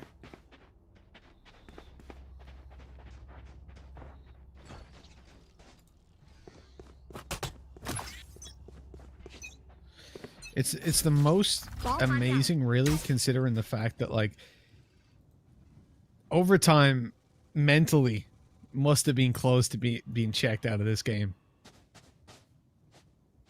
And yet, they just pull back some of these rounds they should have never had a chance in. Ult's now in their favor. Obviously the weaponry not so much, but at least PBD doesn't have an AWP. He has got his ult, and we've seen what he can do with it. Juju's, though, able to pick that opening. That's the smokes removed, but there's the AWP gone as well. Josh with a nasty little shot. He's going to nade that corner, isn't he? Oh, he's going to die here. No, he made it around the corner, okay. So obviously you get boosted up in the air, so you're in a little bit of trouble then. We've seen Zeus do a lot from this position in the past. No recon dart to work off of, but he has got his ultimate. Player there to cover him too. He could pop his ulti if he wanted to. Try to get some info now, especially that they've gone through that TP. Just hold on. Swings out, and there's a kill to Josh. 30 No seconds two players left. have TP'd, but it's a big fake. Zeus upgrading to the operator, sitting down on the site. He's going to be the lone defender, the lone ranger, like he's Johnny Depp. Sat down on the B site, holding long as the player is about to jump on out. Oh, he's in trouble. They know exactly where he is. They've spotted him completely. Swinging around the site. That was the spike. That could have been them in with a lifeline, but instead it's now a 2v3. The same players as last time left to clutch this out. Lava! What is this guy? He has no walls. He's able to kill Carl straight away, but it comes down to a 1v2, and it's over. As soon as PBD spotted that barrel, you knew it. 13-7. What a game. Yeah, the last rounds definitely started to hot up a little bit after what was a really dominant showing coming out from the Teenage Mutant Turtles, as so I've deemed them, which, you know, I don't know what TMT actually stands for, so if someone can inform me of that, then maybe I'll start calling them by their proper name. If I was correct the whole time, that would be beautiful, but I don't think I am. But yeah, overtime, unfortunately, again, just a really lackluster attacking side. Like, even the last round they got to make it 4, I think was just off massive mistakes coming out from the defense, being a little bit over-aggressive. But that aggression really shined when it came through to the attacking side. Very impressed with what we saw from Josh. I think he was able to do so much on the Raze. And interestingly, this is a map where Raze is actually a little bit more apparent. Like, we see more teams, players picking it up on this map, and it shows. So maybe he needs to, like, get a slightly deeper agent pool for some of the other ones. I wouldn't mind seeing him on Arena, for example, when it comes to a map like Ascent. I think he could do some real damage, because I think in terms of individual talent, it's evident. And they're going to top the group now because of players like him and PBD just shining.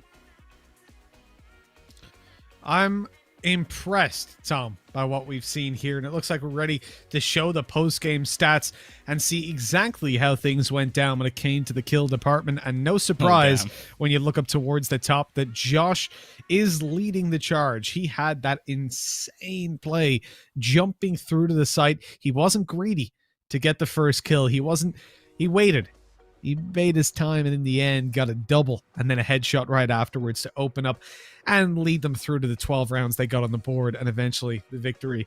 I have to say, Tom, you know, this has been a real pleasure seeing some of these teams. As we said, coming into today, we knew only one word. We knew super domineering, and overtime and TMT were unknown factors. We gave the caveat that, you know, just because they're not known, to us at least, and we haven't seen them in previous tournaments, doesn't mean that they won't be able to deliver, because we've seen so many underdogs come through and put on a good show. And man, oh man, TMT, they're looking like one of the scariest teams in this tournament. I could even see them making top 4. Yeah, the thing that's really weird actually about this map is, so to talk about the first half, only 4 rounds came through for the side of overtime. From counting just there, they got 8 plants, so that means they're only winning their after plants 50% of the time, which that's a really bad stat. The other thing as well is opening duels were dead even, 10 apiece. And you can even see it here that the highest entry fragger was Juju, I think only ended on 13 kills. So the fact is they were getting openers and they were getting plants, but they weren't winning any of the rounds. So I think that's something we mentioned previously, that their after plant positions just weren't good enough. And in some of the rounds on their offense, they really struggled, especially on Bind. The thing that's interesting to me, though, is Bind going to be one of their better maps? Or maybe that could be one of the weaker ones. It's just they've got a strong defensive side. So going forward, I'm not too worried for them. But yeah, I agree. I'm definitely excited to see how TMT are going to be playing throughout the rest of the tournament. Of course, they end not only top of the group, highest round difference, and obviously the most points, but the unfortunate truth is now the last game of the day, it's pretty much for pride. Like it's both teams are out. There's no way that they can get through to the next stage. And although it leaves this group in a nice little bow, which is what we want to see, because otherwise there's overtime games, or extra games that we have to cast, tiebreakers, that's what they're called. What it means is that basically this last game of the day doesn't really mean much in terms of the actual tournament. Yeah, exactly. There is no impact. There is no prize money. There's obviously no seeding because they're out. What there is, though, on the line, I was thinking about this, you know, from the team's perspective, are they going to be motivated, or are we going to see... I mean, back in the day, we used to do these tournaments in Counter-Strike, and there was seeding towards the end. And even the seeding games, we genuinely had a team play 4v5 Deagle only, because technically it wasn't against the rules to do that.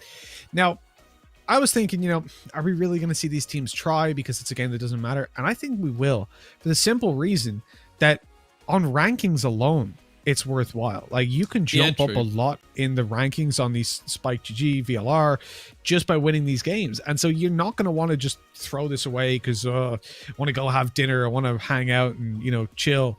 No, it's not time to go get a few beers. It's time to play the game, get the win, and go further up the rankings, which will help you in organizations, in, you know, getting better players in the future, marketing yourself. So it is actually quite important. I think we'll probably still see these two going head to head, locking horns in a fairly motivated manner, not just having to play it for the sake of it.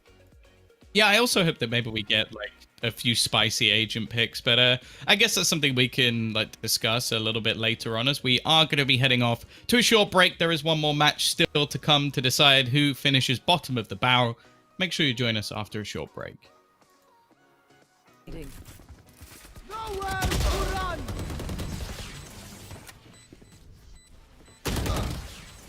One enemy remaining. Prepare for hellfire!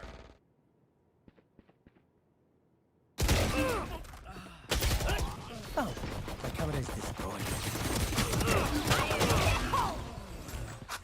One. Off your feet! Nowhere to run! 30 seconds left. One enemy remaining.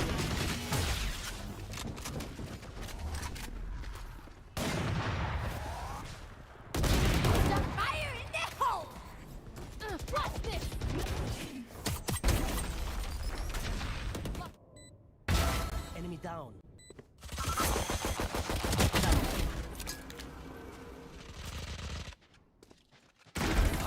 planted. One player remaining.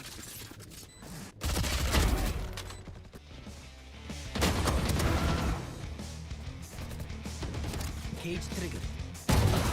No one to interrogate.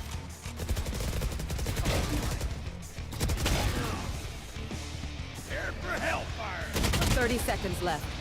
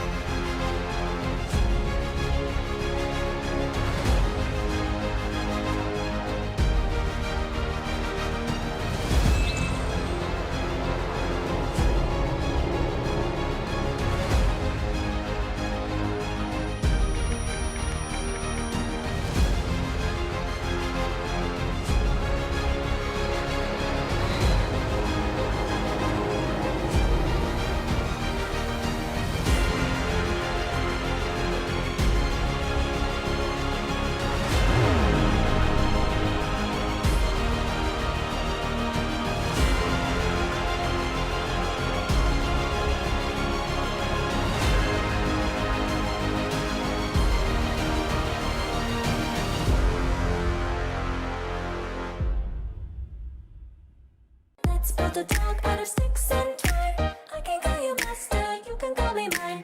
Wrap me in plastic and make me shine. We can make a doll house, follow your design. You can call me mine.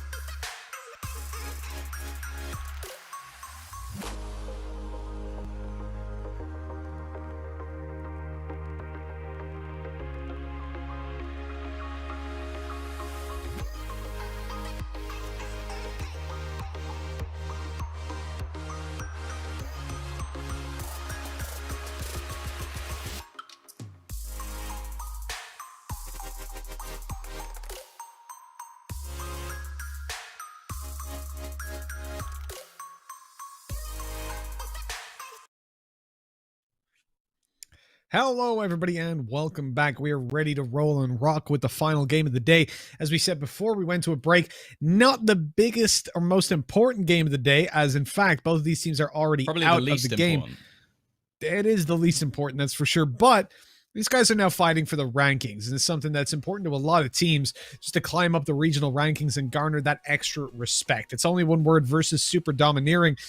And I gotta say, you know, both of these teams, they've had a tough day. A lot of their games have been very close, so it's kind of heartbreaking to have to see both of them disappear. But in the end, what can you do? Someone has to go home, and unfortunately for them, it is them.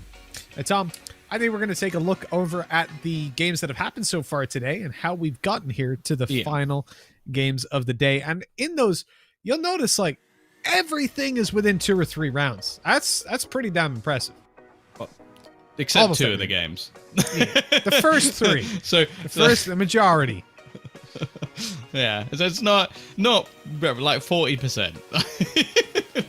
Well, 60% of them were close. The 40% were not. But yeah, it's one of those things where realistically, I don't know. I don't think we were particularly impressed by some of the teams when it came down to like their Super Domineering on the offensive bind was one of the worst showings I think we've ever seen on the offensive bind. So realistically, I expect quite a bit more from them.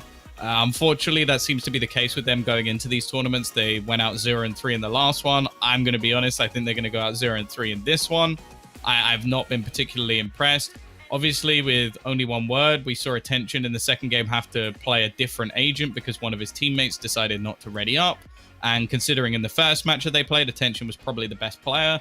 That's irritating. That's just a stupid thing that's happened that unfortunately has probably affected them quite drastically. And you have to consider that their second match, they only lost 13-11. Otherwise, they could be in contention for a spot. And I honestly think if they beat overtime, they probably would have beaten Super Domineering as well. So yeah, it's almost like they're the masters of their own fate because they made that mistake. They've been punished for it.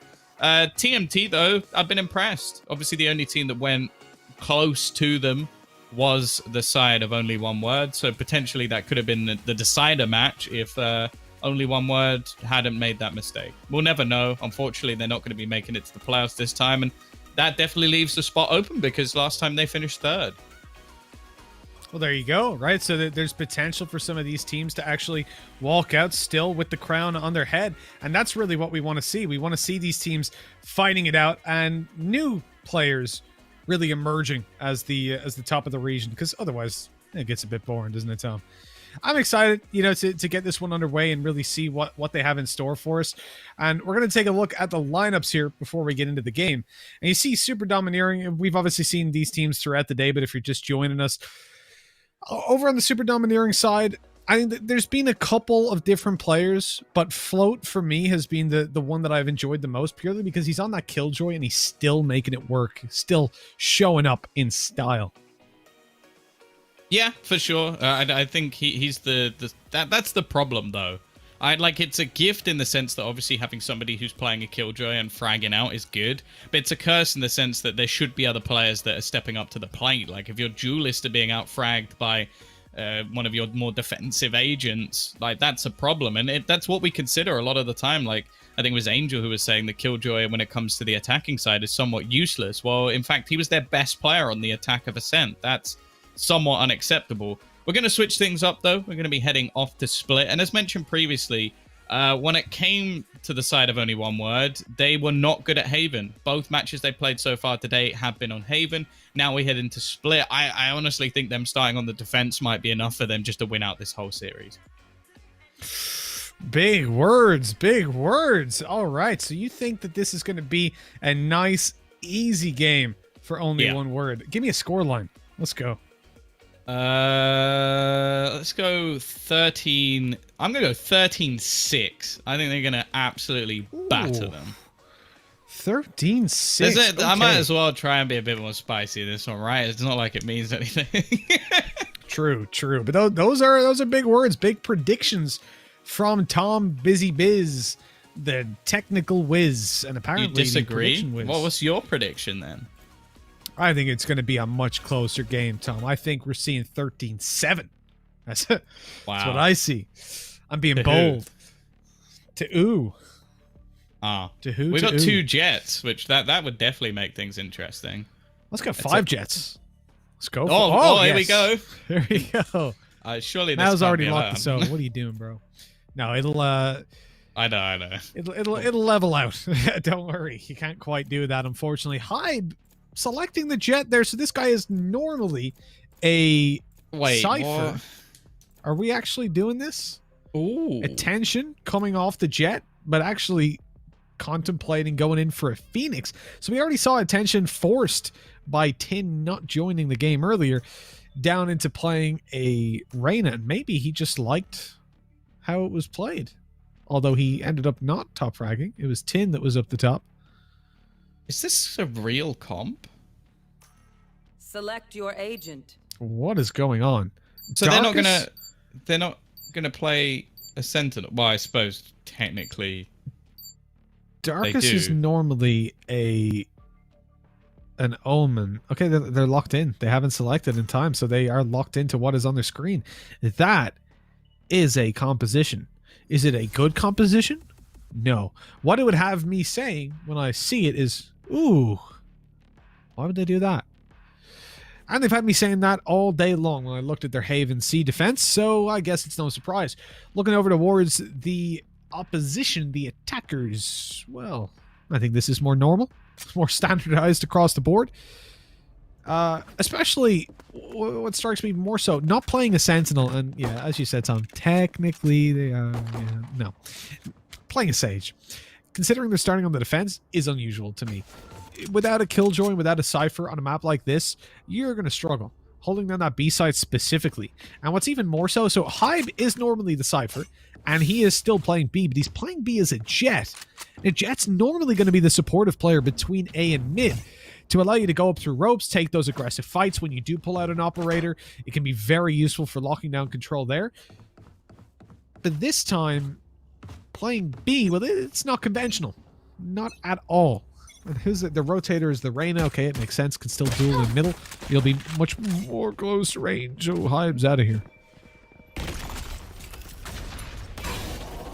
Yeah, I'm definitely interested to see how this is going to work out without one. But I do wonder if maybe they're just playing for fun, knowing as we do that this is an unlikely scenario. But to start on the defense and not choose a Sentinel, I am against it. So we will see how this one goes. Already an afterplant position brought up for Super Domineering.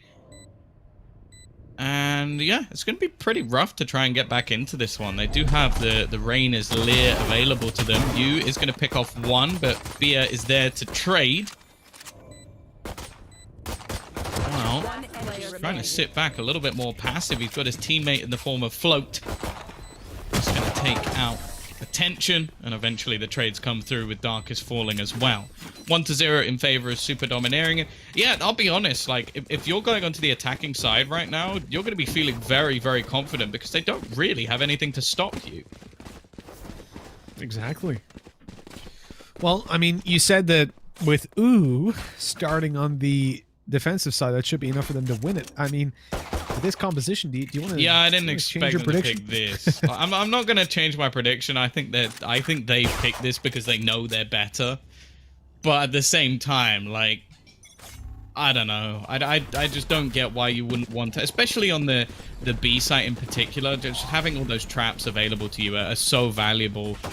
In fact, both sides. You normally see like a Cypher or a Killjoy being very dynamic when it comes to the defensive side of Split. So to not run one at all when most teams, I would say, have it as almost a pivotal part of their team.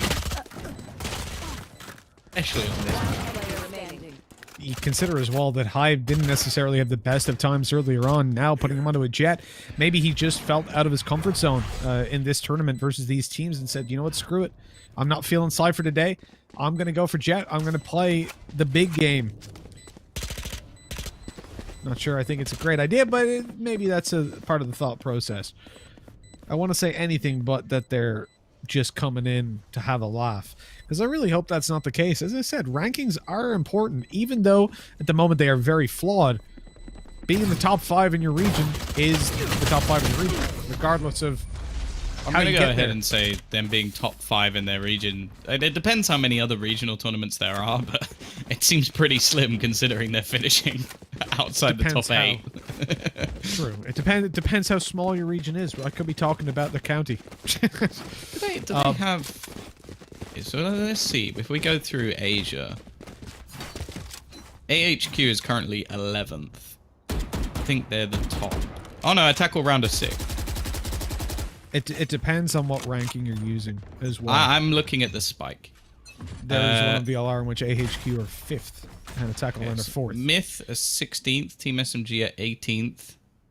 Only One Word are actually 22nd. So, yeah, they might be dropping quite a bit after this tournament. And don't even think Get out of my way. Super Domineering a top 50.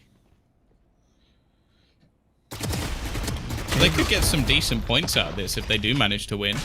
But yeah, as you were saying. Yeah, it is all about kind of picking up a couple of points here and there. Look, if you bomb out the tournament 0 for 3, it's going to hurt you a lot more than 1 for 2. Although both suck, but they got to make the best with what they've got. Super Domineering rotating into the A side. They've left B.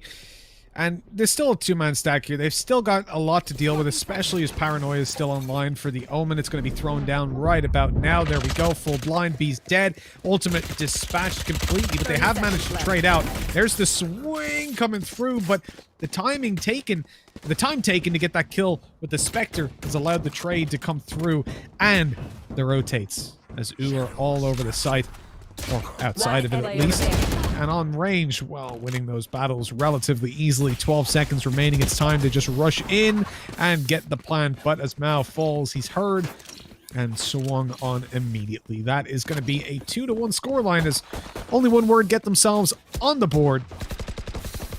They've got a little bit more to do, though. In defensive side, they really need to show up. At the same time, with their composition, I'm probably expecting about 6 rounds out of them. If they can get to there, I think they have it in them. Yeah, so it's a bit of a weird one, but you know, I would be feeling fairly confident playing against Super Domineering as well. I haven't been impressed with them from what we saw earlier. Really bad attacking side when it came to bind, and we'll see if it's any better on split. They've already managed 2 rounds, which is more than they got on the whole of bind's attack. Attention though. Going to be trying to lure them into spot, but already going to be the early trades. You trying to spam through the dark cover, but in fact, every single member is going to be stuck towards the back of the site. The Killjoy ult, though, the lockdown is going to keep them away, at least for the moment. Not really a chance for them to get too aggressive here. Tin might actually get caught because of it, but no, he manages to escape just in time, and he, with a nice little peek, has given them a man advantage once again, though. However, the clock has been ticking quite a while. They need to start getting back into this site, and they need to do it now. Are they even going to check this cloak right angle? They do, and Yu has found one. He knows a second player is just around the corner, and it's left all onto the Omen, trying to lurk his way back through.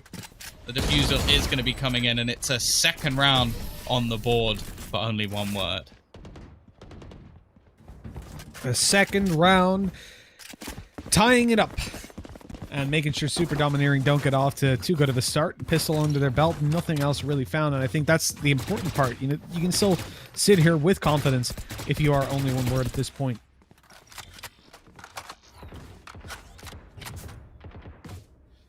But Right there. This is an interesting buy. I was about to say that. Coming into round number 5, I normally expect an eco.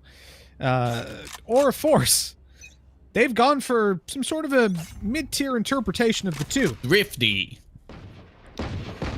I don't even know if this would count as thrifty because they've bought rifles. I think thrifty is you've got armor and Depends how well you do at the thrift pistols. shop. You never know. You might come out with some gems. Get a banging deal. Yeah, you go there on Black Friday. You know, I'm gonna pop some tags. Only got $20 in my pocket. Nah, I'm gonna call it a day. After that one, I'm out. Starting to get out of hand. I'll here. wear your granddad's clothes, you know? Excuse me. Player Anyways, standing. how's Hive alive, dude? He's just dashed out, went back in on 20 HP, and got himself a third. That's one way to look show you're incredible. confident. Flawless. Well, the thrifty buy didn't work out too well, and they are going to take themselves the lead 3-2 with lots of ultimates ready. And that's the thing, because they've gone for this more duelist heavy combo, it leaves them with some pretty filthy ults available. You got the Blade Storm, you got the Empress, and the Rolling Thunder all available. And then obviously if things go wrong, eventually you'll have yourself the res as well. So I don't know. I don't like the comp, that's for sure. But if they can make it work, that's another thing altogether. He being a lot more aggressive than I assure he normally would be. I'm interested if we can find to see if they've actually played this comp before, because that would pretty much define whether or not they are just having a bit of fun. Blocking sight. We might be able to find that somewhere. And take a look around, but for now, we'll take a look at as they are. As a friend. As a need. Excuse me. So They normally play a Cypher. Interestingly, imagine. instead of the Sage. So the Reyna Jet is the norm. and it is Jet on Hive. I will check. Okay, while you're checking that out, we've got to push into upper and retake the control. The flash is being used. There's just so damn many of them. He still has one left, but he doesn't use it. Swinging in dry, and unfortunately, it has not gone well. Super Domineering winning both of those duels. 30 seconds Bit left. reckless, you know. You're going to flash the whole way up. Why not flash around that corner? No charge. 4v3 situation, but they're actually going to pop the Empress here. They're going for this. Attention. Already managing to pick off one. The aggressive push from Hebe as well. And it is going to be 3-3. Now, from my research, there's one comp that they did on this map which you are going to hate beyond belief. Which involves a very similar setup. But first things first, it is normally Hebe who plays the Jet. Of course, I think the previous roster was actually playing with someone else, so that's slightly different. But they also tried against Attack All Around, a similar strategy, except they had the Cypher in play, but they also replaced the Breach with a Phoenix. Great. So it was triple duelist, and yeah, a Cypher and an Omen. And they got wrecked.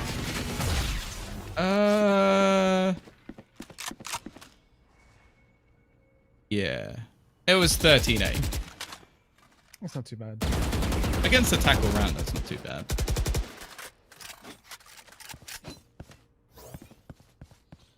I would really and truly expect them to just get dominated versus attack all around, so, I mean, fair play. Well, let's see if they can manage to dominate the Super Domineering.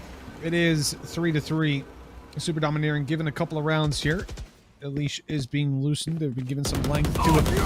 This is a nasty little position, though. Look at Omen up in the corner as they come on through. They've got to check upper left, and they've seen the player backside, so they're not going to. He's blind, and he shoots randomly, giving away his position. What is you doing? Oh, that's a just scandalous play. 30 seconds left. His teammate was there to bait for him, but he baited himself. And with that, we're going to end up in this retake with Darkus finding a kill. At least a chance remains. But it is slim. Attention, making it a little bit more doable as he swings out wide. His teammates coming in to support the smoke. The cloudburst in play to completely block off B-Main. Hive gets one! Turns on a dime for another! And somehow they walk out with that retake. That's disgusting. An economy res to close it out. And 4-3, Tom. What have I just watched? Yeah, interestingly, in the game versus Attack All Round, they actually did get the majority of their rounds still on the defense, but when they played a similar comp to this versus Myth Attitude, they managed to get 7 rounds on the offense. So you never know, they might actually be able to still make this work. I would expect them to do well on the offense, especially if he's going to play like this. with the Jet. It looks like clearly it's an agent that he can play quite well. I will say I've been impressed with how Attention has played it as well, especially on the attacking side, so I'll be interested to see how this works. Very aggressive stuff once again, though, as Attention now starting to style on them.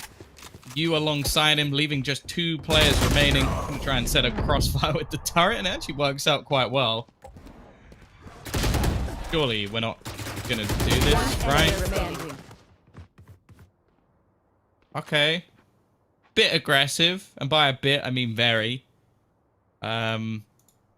Interesting decision there from, I think it was Float and whoever was behind him at the same time. But at least they've still got a 2 versus 1 scenario. One enemy remaining. A 1 versus 1 scenario. But Hybe is already here. He suspects the Omen to be coming in. Up in hand. He's ready. He's heard the drop. He's coming out. And that should be the kill. Yes, it is. Hybe doing well on the Aminola to close out the 5th round for the only one-word side. Super domineering. In a decent spot, all things considered. You know, it is split. They are versus a squad, though, that you don't expect to do that well when it comes down to this side. So, as I said, I really want it to be like a 6-6 half to feel like it's even. Whoever pushes past that middle mark, to me, has won out the half. And at the moment, it looks like that might be only 1 word by the time we get there. Yeah, I'd said that I thought they'd win this dominantly. I think the comp's definitely interesting, but I guess this is definitely a game where you can test more stuff versus some better opposition. But it's not going too badly, in all honesty. It does involve them basically trying to challenge for a lot of map control, and you is just hitting every single shot. 3 quick headshots, a flawless defense round, 6 already on the board for only 1 word. And yeah, the thing is, they sort of remind me how people used to play like an old school cash, or at least how, like, you remember Envy used to play it, where they would, like, it's meant to be a map where you stay passive, but they would just aggress on angles that they never should be winning. And that seems to be the game plan here. It's just like, normally this map is just sit back, use your utility, whereas they're basically just getting up in the faces of their opponent and just beating them on individual battles, which I think is why we've not seen this comp work versus better teams, because they just react to it and just hold their ground and go for faster plays, take aggressive positions elsewhere. But versus a team like Super Domineering, it's probably going to work fine. Yeah, that's fair enough. As you said, you can experiment a little bit versus a team like Super Domineering versus, you know, attack all around. You probably don't want to be messing around in that one. I like this position. A sneaky one. He's been spotted now, though. It's time to fall back, flash through, bail back, and out of there we go. Hybe ready to peek, but the wall goes up. They had no info, so it's the safer play. The wall now fortified. They're happy to fall back. Of course, remember, you can see that wall on the map, so even if they broke it without you hearing it, you could see it when it got destroyed. Hybe has spotted the players out on mid, though, and seen that the wall is broken wide open. And with that, I mean, Super Domineering. 3v5. A tough play to get back into. One enemy remaining. Oh. I think they're going to be getting back into it anytime soon. Just the Sova remaining. And it will be Mao to fall. Tin with the triple. 7-3 now as they look to grind out more. And then normally we talk about this map being like fairly defensive sided, like an 8-4, 7-5 really wouldn't be too surprising when it comes to a map like Split. The problem is with such an offensive based strategy setup that we seem to have on only 1 word. Like, you've got Breach available to you, you've got 2 different duelists, you've got the ability to still wall off takes, which is something that we still see teams attempt at times. Obviously, the walls are a lot easier to break now in the early stages. But I actually worry now for Super Domineering. I don't see a way back into this one. I said a 13-6, and, well, sure, if they get a couple more rounds, that won't be happening. But if it continues in the way it's been going so far, that could very easily happen. Wall raised.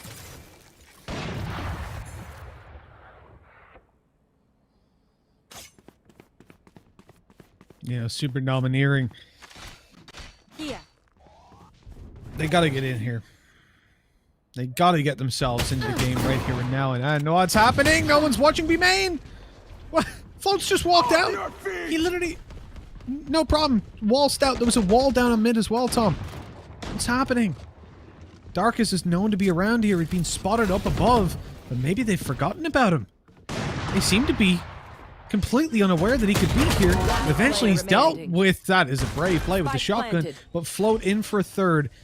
And you see this just completely fall apart. Any man could win it, though. It would be attention.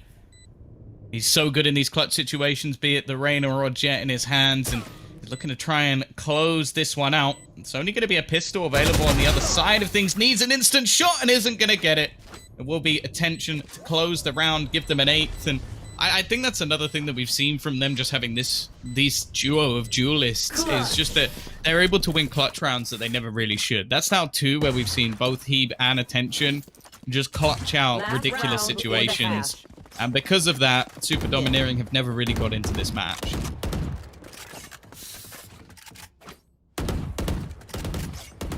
Well, they've got time, Tom.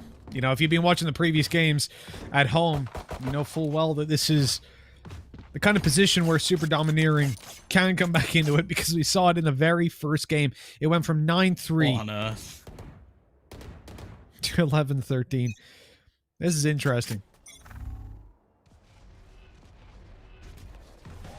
That bunny looks a lot scarier from that angle. You should run. Give me an ooh, Tom. Nope. Rather die. I suspected as much. Now, this is going to be an attacker lockdown coming into play.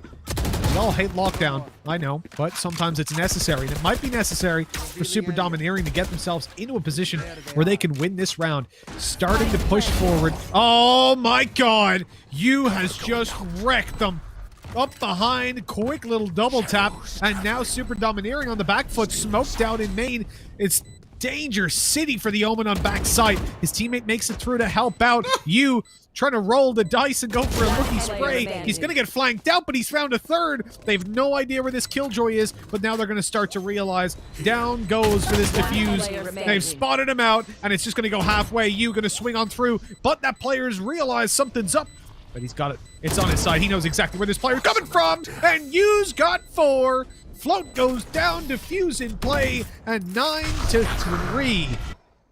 Only one word. Well, that one word is Switching victory, sides. at least in this first half. Yeah, very impressive. This was a 3-3 scoreline, and they ended up winning 6 in a row, 9 of the last 10, only the pistol other than that, and the follow-up round going their way. So realistically, we now need to see a complete turnaround, and out of the 2, it was definitely the case that we see a more defensive comp coming up for the side of Super Domineering, and they showed it previously on Bind that they can have a decent defense. The problem is that was against weaker opposition, and although only one word are out of this tournament, I do think if the randomizer was maybe a little bit kinder, or if they didn't have one of their own agents banned by not readying up, we could have seen a slightly better showing from them and potentially even get into the playoffs once again. So definitely the better team here. Super Domineering haven't proven anything just yet, but they do go on to the favored side of the map. Paranoia gone through, though. Lots of ground taken. Heeb just looking to try and run and gun and lead the charge, and the Paranoia on the other side hasn't caught him. Bia, however, has just gone running back through multiple smokes and finds himself 2 kills. So he's given them a huge advantage, but he gives that a really nice attempt. And with how clinical Yu has been over the last few rounds, it's possible, Mitch. Definitely, as he hears the plot. What is that shot, man? He's so good. And he knows this Omen was down on the site. He didn't hear a shrouded step. And at this point, he realizes that he's probably towards the back of the site. This could be huge. Moving in towards it, looking for the frag, and he gets it. You is such a beast. 10-3, double digits. And that, if anything, must be the final nail in the coffin for Super Domineering.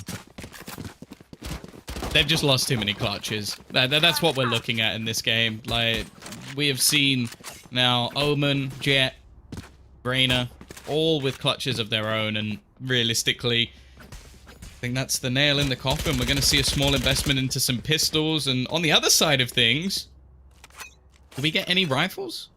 Nope. Not one. We have 4 Spectres and a Frenzy. And they're just going to go barreling into the site. He has not checked the angle properly, so that will be a freebie kill.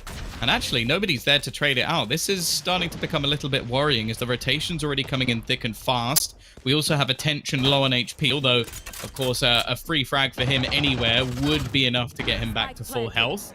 Yu has already picked off another. And although there's some aggressive pushes coming through, it's actually a pretty good escape, although he then picks the worst possible spot.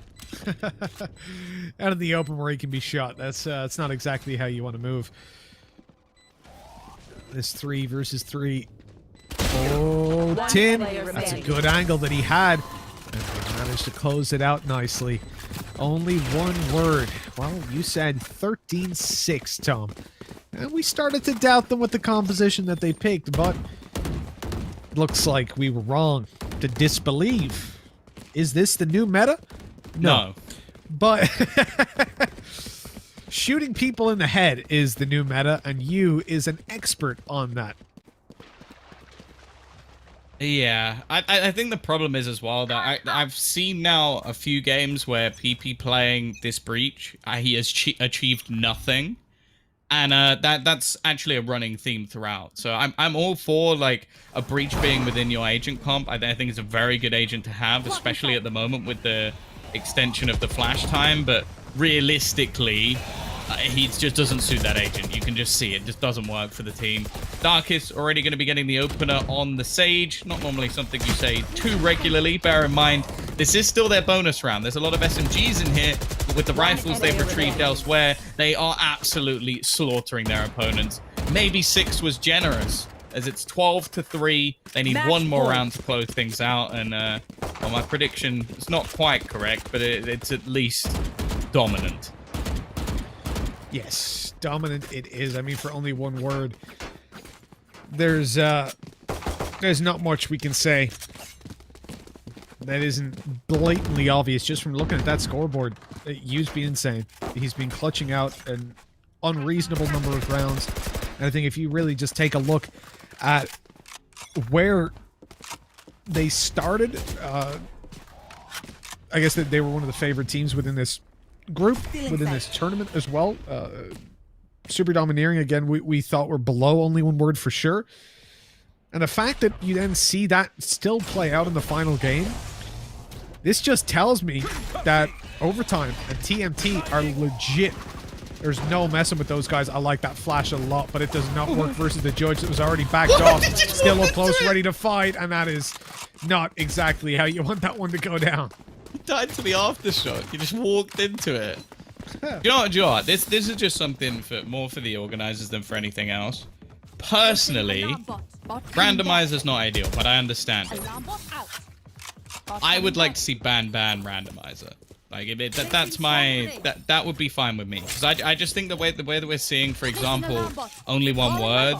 They got what I can only say is their worst map twice in a row, just by bad luck, and now they go into a map of split and they've been fantastic individually. So I think just to, like, even if both teams just get a ban and then the last map is randomized, you at least get more of a middle ground, and you're probably going to get better teams getting through, I would say, considering it's best of ones.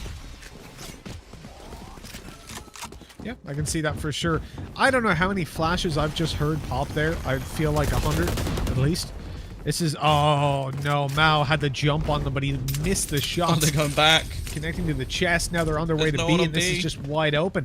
All that utility thrown through on the A side, TP and everything, it convinced Super Domineering this was going to be a hit, and you can see they're playing scared, they're reactive, and they were so quick to react. That this is pretty much, yeah, it's cost them the game, as only one word, man advantage, holding down B now for the retake, and Super Domineering, they don't have anything to really help them get in. I think they might have burned up a lot of their flashes as well. Oh, you wanting to be the hero once again. Oh, the timing. See, there is a res available, but I don't think it will matter, because I think B is going to get a free kill. This is starting to fall apart. That's now 2 players that have been caught out with aggression and actually attention. Well, he has a lack of it. Still, though, the Rolling Thunder is going to help them out a little bit, but Ting can't do enough, and they make this retake work. Or should I say their opponents almost hand the retake away. That is some mistakes coming in now for only one word. And Super Domineering, starting the climb. One more round. One more round. Yeah, you know, the thing is, believing in that kind of a comeback is always tough, but I'll always remember the grand finals of the first tournament I did, Valhalla, way back in beta, and it was in North America. Here. Team Smoke Too Easy. These guys were down on split. Here. I think it was like 11-5, 11-6. They came back and won the game, and it was unbelievable. They also played with a Viper, so you know. Yeah, I think you also Gummies. misunderstood me a little bit. Like, I mean one more round as in I literally want them to get one more round, because then my prediction's correct. Ah, now I understand. Two more It does still rounds. work Two in that more regard, though, as well. How has you managed to get this far forward? Like, this is slightly ridiculous. He's now all the way back in their spawn. They're not going to expect him to be this far. And while he may be one of the only players that actually has a rifle in play, but he's managing to deny them at least for the moment, as Mal would you jump will out? catch them off. And now this full push into the site doesn't really work as well. Look at the wall, at least crossed over. Flash in place, slows them, allows Killjoy to get into position and line them up and knock them down. It was like bowling, a 4K, and a beautiful little play to put it on 12-6. One round away from what would be Tom's exact prediction for possibly the first time ever. Nah, that's not true. I'm a genius. Didn't you think earlier on that one of the teams was called No, one of the teams was, one of the players was called like Chicken. Genius and Concussion and Chicken? Good name, to be fair. Sure. Yeah, you can't talk when you thought that 4 times 400 was 1200. Like, that genuinely happened yesterday. So you're not allowed to judge my intelligence. You're not wrong. I never said I was good at You maths. studied maths. All right. Yes, you did. I never said I was good at it. You will not I said I kill studied my it. ally. Those are two different things.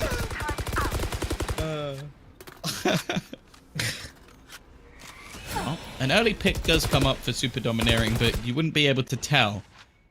The bonus of the Sage is that resurrection. I like the attempt by Beer, peeking around the corner angle, knowing his spots, but unfortunately, by some magic, that didn't actually connect. Heber's already picked one off, and now they've got the man advantage once again. Now, this happened in a prior couple of rounds, but the problem is their decision-making afterwards was a bit more questionable. Losing 5v4 after plant position, but Darkest is already going to put another one down, leaving this B site with not much of a defense. In fact, it's Armen Holler, and he's got boys running onto his position. Beat in at least to trade one back. However, we do still have Float available, and he's been somewhat of a star when it comes to this Super Domineering roster. No charges left. Pain not going to really achieve anything as they managed to avoid it by just a millimeter. The rotation has, however, come in towards the heavens, and actually he's managed to sneak around the wall. Things are falling apart. My prediction looking unlikely, 10 seconds as it's a 1v2 needed for Hebe. He is someone you can rely on in these situations, but he's trying to bait them in with a plant. He gets the first, but he has to almost stick it here, and Float is just about going to be able to get away in the dying embers of the round. No 13-6. I won't lie, I'm disappointed, and it will now be a 7th, unfortunately, on the board for Super Domineering. I believe I predicted 13-7 in favor of Ooh, so I'm a genius. What can I say? They're going to win this round on Mixed By, and it's going to be glorious.